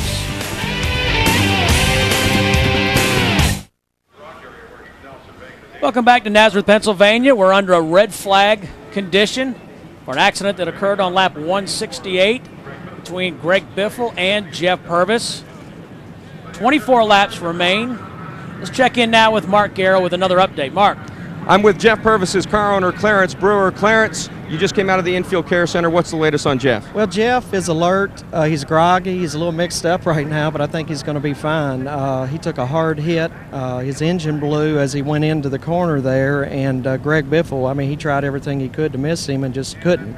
But I think Jeff's going to be fine. They're going to fly him over to Lehigh Hospital right now, and his Margot's with him, and just everybody home, I think he'll be okay. You just told me you were spotting over in that part of the racetrack. What kind of feeling was that to see that unfold in front of your eyes? Well, the problem was the fence was about 8 foot tall, and I couldn't see over it, so I had to come inside the track. But it was scary. I mean, it was scary when you think a lot of the things that's happened over the last year. And you know, the improvements that they made on the cars. I mean, Jeff probably wouldn't be here right now if it weren't for his seat beefed up, the Hans device, and everything else, because, I mean, he got slammed door to door at 100 mile an hour, and that's a hard hit.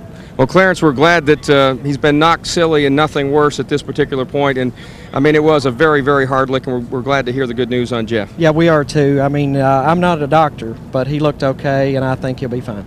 Okay, guys, that's the latest from the Infield Care Center. The news continuing to get a little bit better each time out as we get the update on Jeff Purvis. Wow, thanks a lot, Mark. That's great news. Take a look at the car there, Mike. Well, what you see here, I mean, it's a tribute to all the race car. I mean, right in this area here, you can tell it had an extreme impact. And first of all, I want to take and compliment Greg Biffle, as Randy Goss says. Yes. Greg realized he was going to hit Jeff Purvis, and he was thinking what was going to be the less harmful to both of them. You see the motor blow, bounce off the wall, turn right towards Biffle. I mean, he was in a situation where he was going to drive into him nose first, and he was good enough and smart enough to get the car turned and hit him with the softest part of the car, which was the back of it. Both of them took vicious, vicious crashes.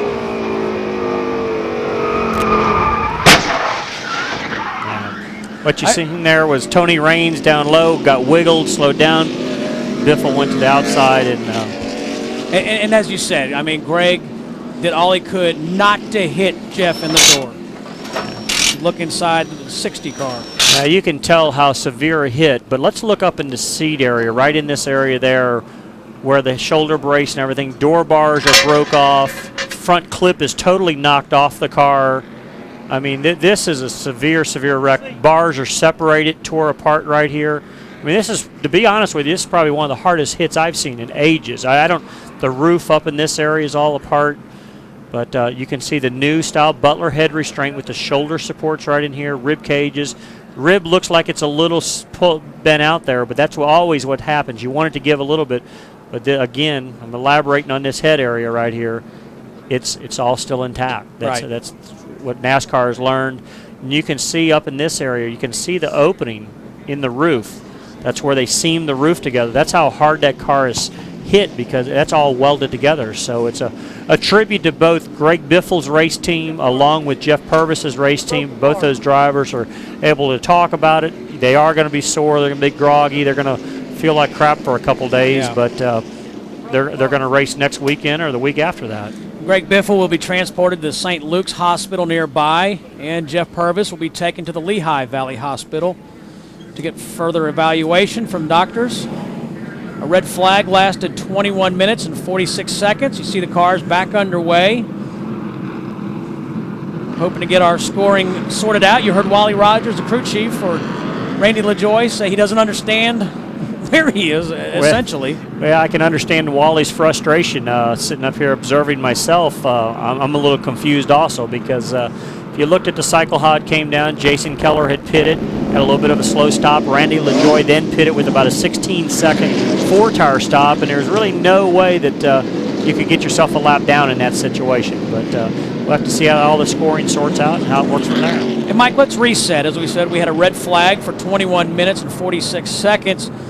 14 cars are off the racetrack. We've had 7 cautions for 42 laps.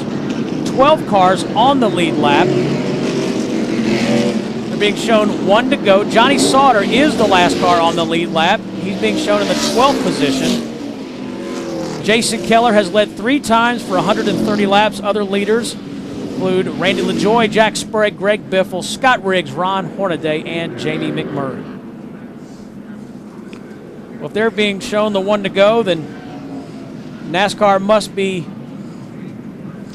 confused right now. Well, I know I'm confused, but they must have their mind made up that the scoring is. And we'll give a quick reset on that. Jason Keller is the leader. Scott Riggs is second. Ron Hornaday being posted in the 3rd position. Jamie McMurray 4th. The 25 of Bobby Hamilton, he's battled back. He's shown 5th. Tony Raines, the 33, is 6th. Randy LaJoie, 7th. 36, Hank Parker Jr. is 8th. Ashton Lewis Jr. is 9th. And the 21 of Jay Sauter being listed as 10th. What you're going to see happen here, Randy LaJoie, they're telling him he's a lap down. He's on the inside. He will race them to the ever-living end to get down into turn 1 ahead of everybody, along with Jay Sauter on the outside. One of them is going to jump the start. Hornaday's back there, who's a great restart master, and he's going for it.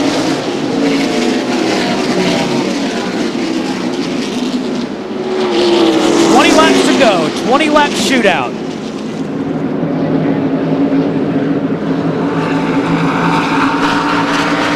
Jason Keller still being posted as the leader. In the 57, 10 car of Scott Riggs, his teammate, being posted as second.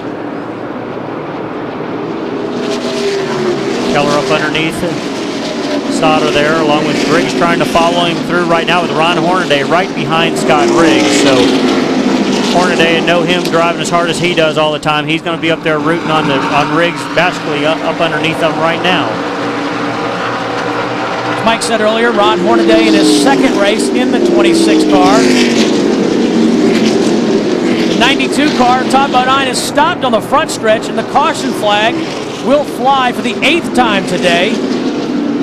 Now that's a huge break, Steve. You know, Randy LaJoie along with Jay Sauter and Ashton Lewis and all those guys have officially got their lap back if they were to be a lap down. The 2 car along with the other Sauter there, Mike McLaughlin. Big change right there for 6 guys just now. Todd Bodine, as you see, got the car refired.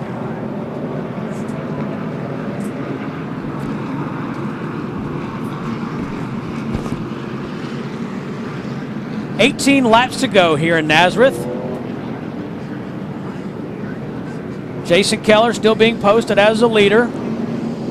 Well, Fox Sports is proud to present Crank It Up, the CD. Static X, Slayer, Rob Zombie, Nonpoint, featuring PE's Crosstown Traffic and Buck Cherries on the road again and much more. Crank It Up, the CD. Rev your engine on race day, but this collection of remixes and originals you won't find anywhere else. Crank It Up, the CD, breaking the rules in stores on Tuesday.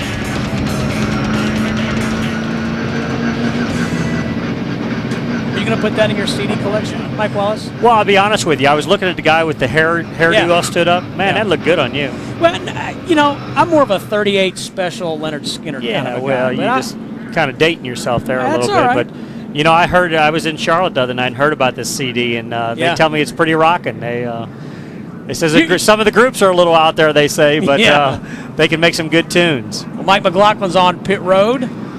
Jay Sauter on the 21 just stopped. So did Johnny Sauter and Hank Parker Jr. in the 36 car.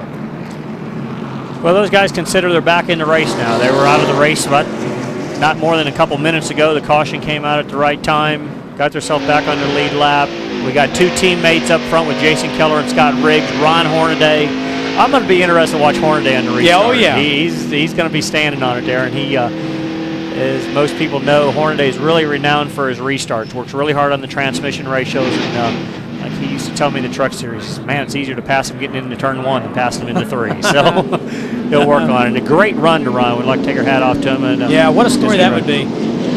Or is. I mean, he's third right now. Now what we got to do is Kenny Wallace is going to be lining up on the inside of him. And for my brother Kenny, I hope he can get his lap back here and get back into the race himself, because he was a top 10 car all day here. Yep, Kenny is the first car a lap down, being listed as 13th.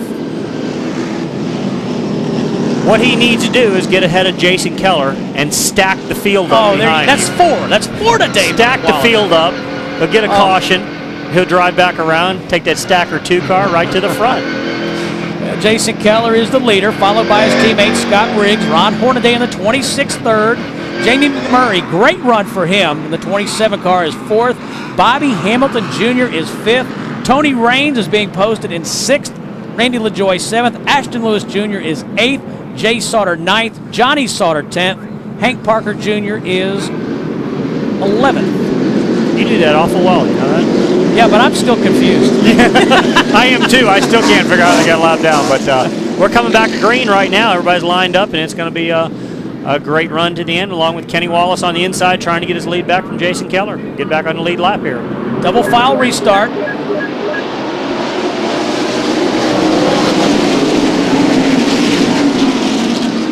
Jason Keller with a great jump that time.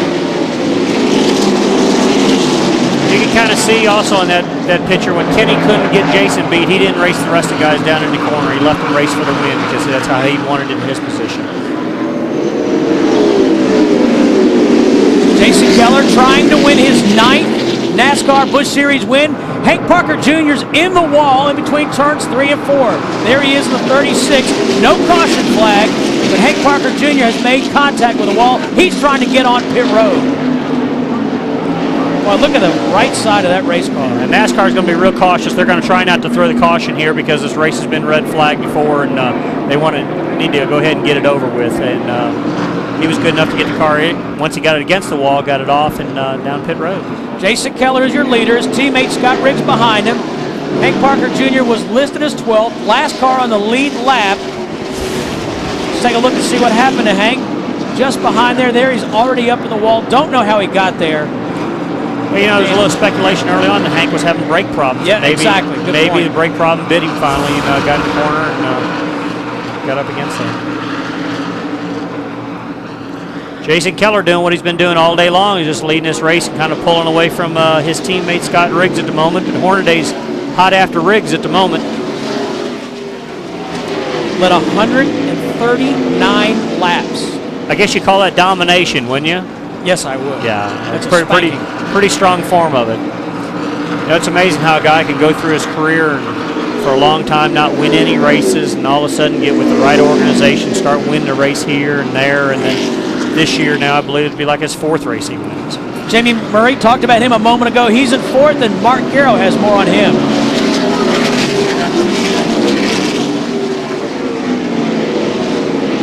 Stevie's having an outstanding run today. He's coming off 2 straight 9th place finishes. This team has really taken a step up this year. A year ago he came to Nazareth 24th in points. This year 11th again, coming off a pair of top 10 finishes. And you know, Mike has been the king of the puns today. Well, Jamie McMurray driving a car nicknamed Godzilla. He hopes at the end of the day he can go 8 over his finish. Great one, Mark. I like that.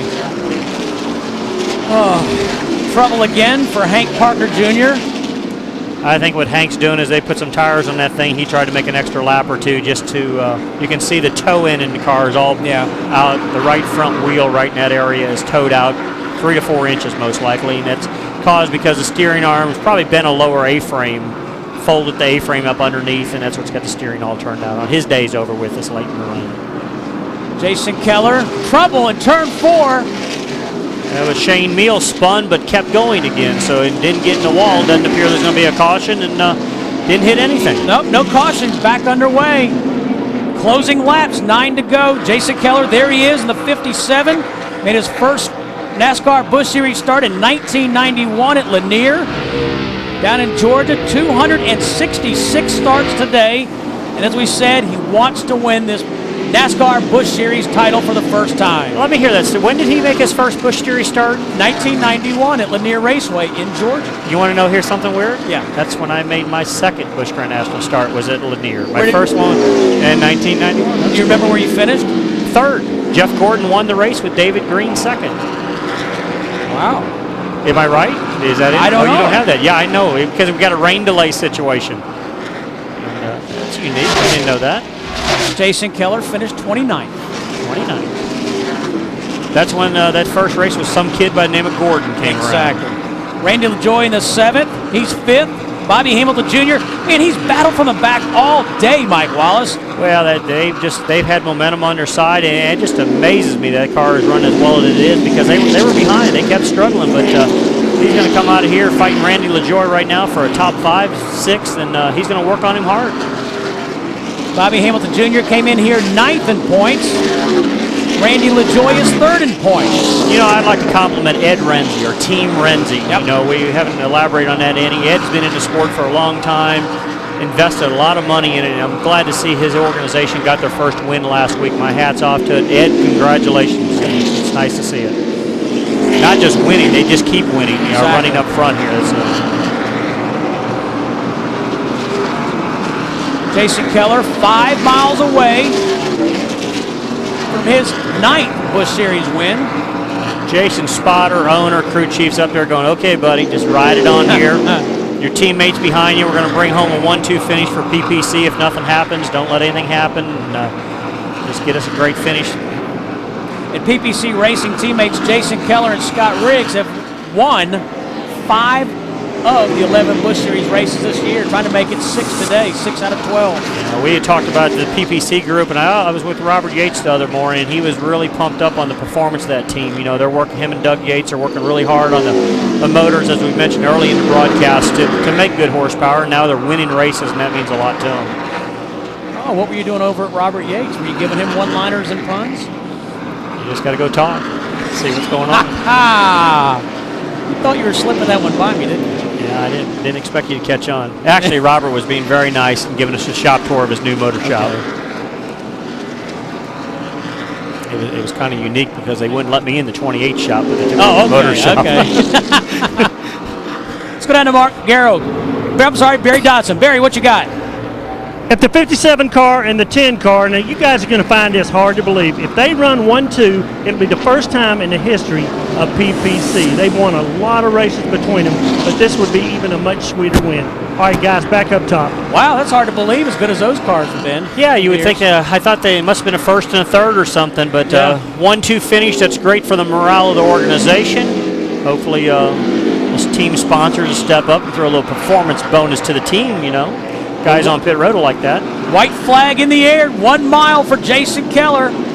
Score his 9th NASCAR Busch Series win.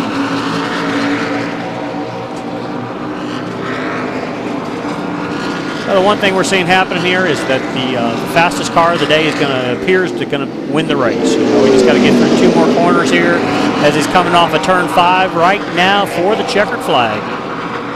And Jason Keller takes the checkered flags and wins the Stacker2 200 here in Nazareth, Pennsylvania. Along with Scott Riggs behind him, and Ron Hornaday and Jamie Murray, followed up by Randy LaJoie. And Bobby Hamilton Jr. in the 25 car. See, those guys have won too much this year. They're not excited enough. They're not as excited. Yeah, I mean, they need to be throwing water and jumping off top of each other. And teammates, congratulations. Look at Barry down in the middle of it. Go ahead, act like a crew chief, Barry. Jump on somebody. Greg Posey, the Jack Man. Solid organization. Look at Barry, he's smiling down there. What are you smiling about, Barry? Man, I am having a ball. I know these guys. My little brother Brad's back home. He builds these cars for Jason Keller. And it's, you know, we've struggled in situations, and even if he's home, I know he's happy. So it goes past the racetrack. It goes to families. But what a great 1-2 finish. There you go. Well, right, congratulate them guys down there for us, Barry. And just want to pass along the good news. We've heard that Jeff Purvis was conscious and he's been transported. We saw the chopper leave moments ago. Now, a perfect picture here. Jason Keller has outrun everything all day long, along with Victory Lane. They don't even have Victory Lane open for him right now. These guys are, Victory Lane's there, nobody else is there, so they're going to have a celebration somewhere except Victory Lane. Well, we'll come back and talk to the victorious Jason Keller. You're watching Busch Series Racing on FX.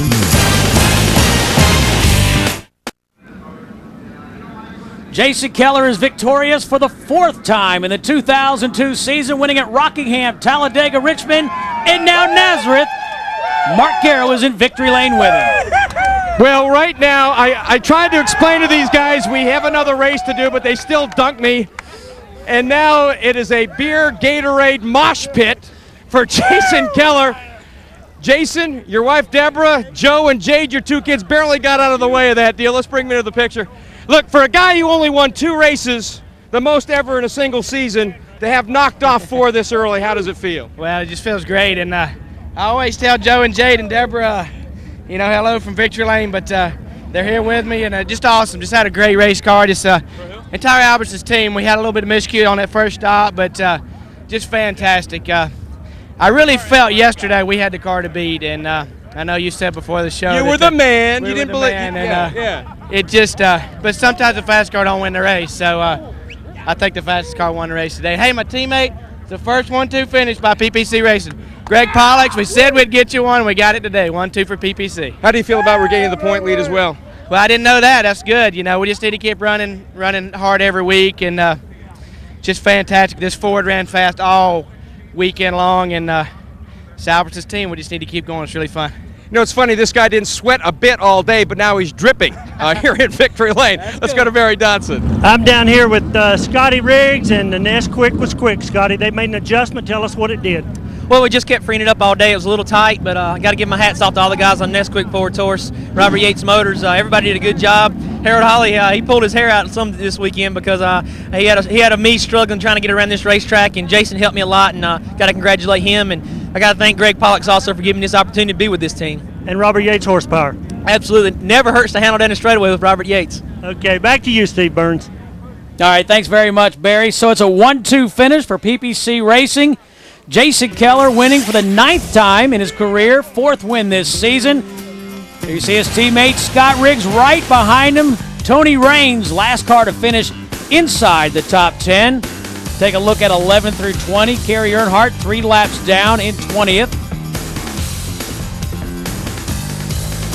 Troy Klein listed as 21st. Jack Sprague, tough day, 19 laps down. That's going to hurt in the points race. But he'll be back next week in Charlotte, as will Mike Wallace. We will be there. It's awful fun being here today. Jason Keller, heck of a job to his whole race team. You guys have done a great job. Great job to you, Mike Wallace. For Mike Wallace, Mark Garrow, Barry Dodson, and the entire Fox Sports Racing team, I'm Steve Burns, saying thanks for joining us. Continued thoughts and prayers to Jeff Purvis. We'll see y'all next week at Charlotte.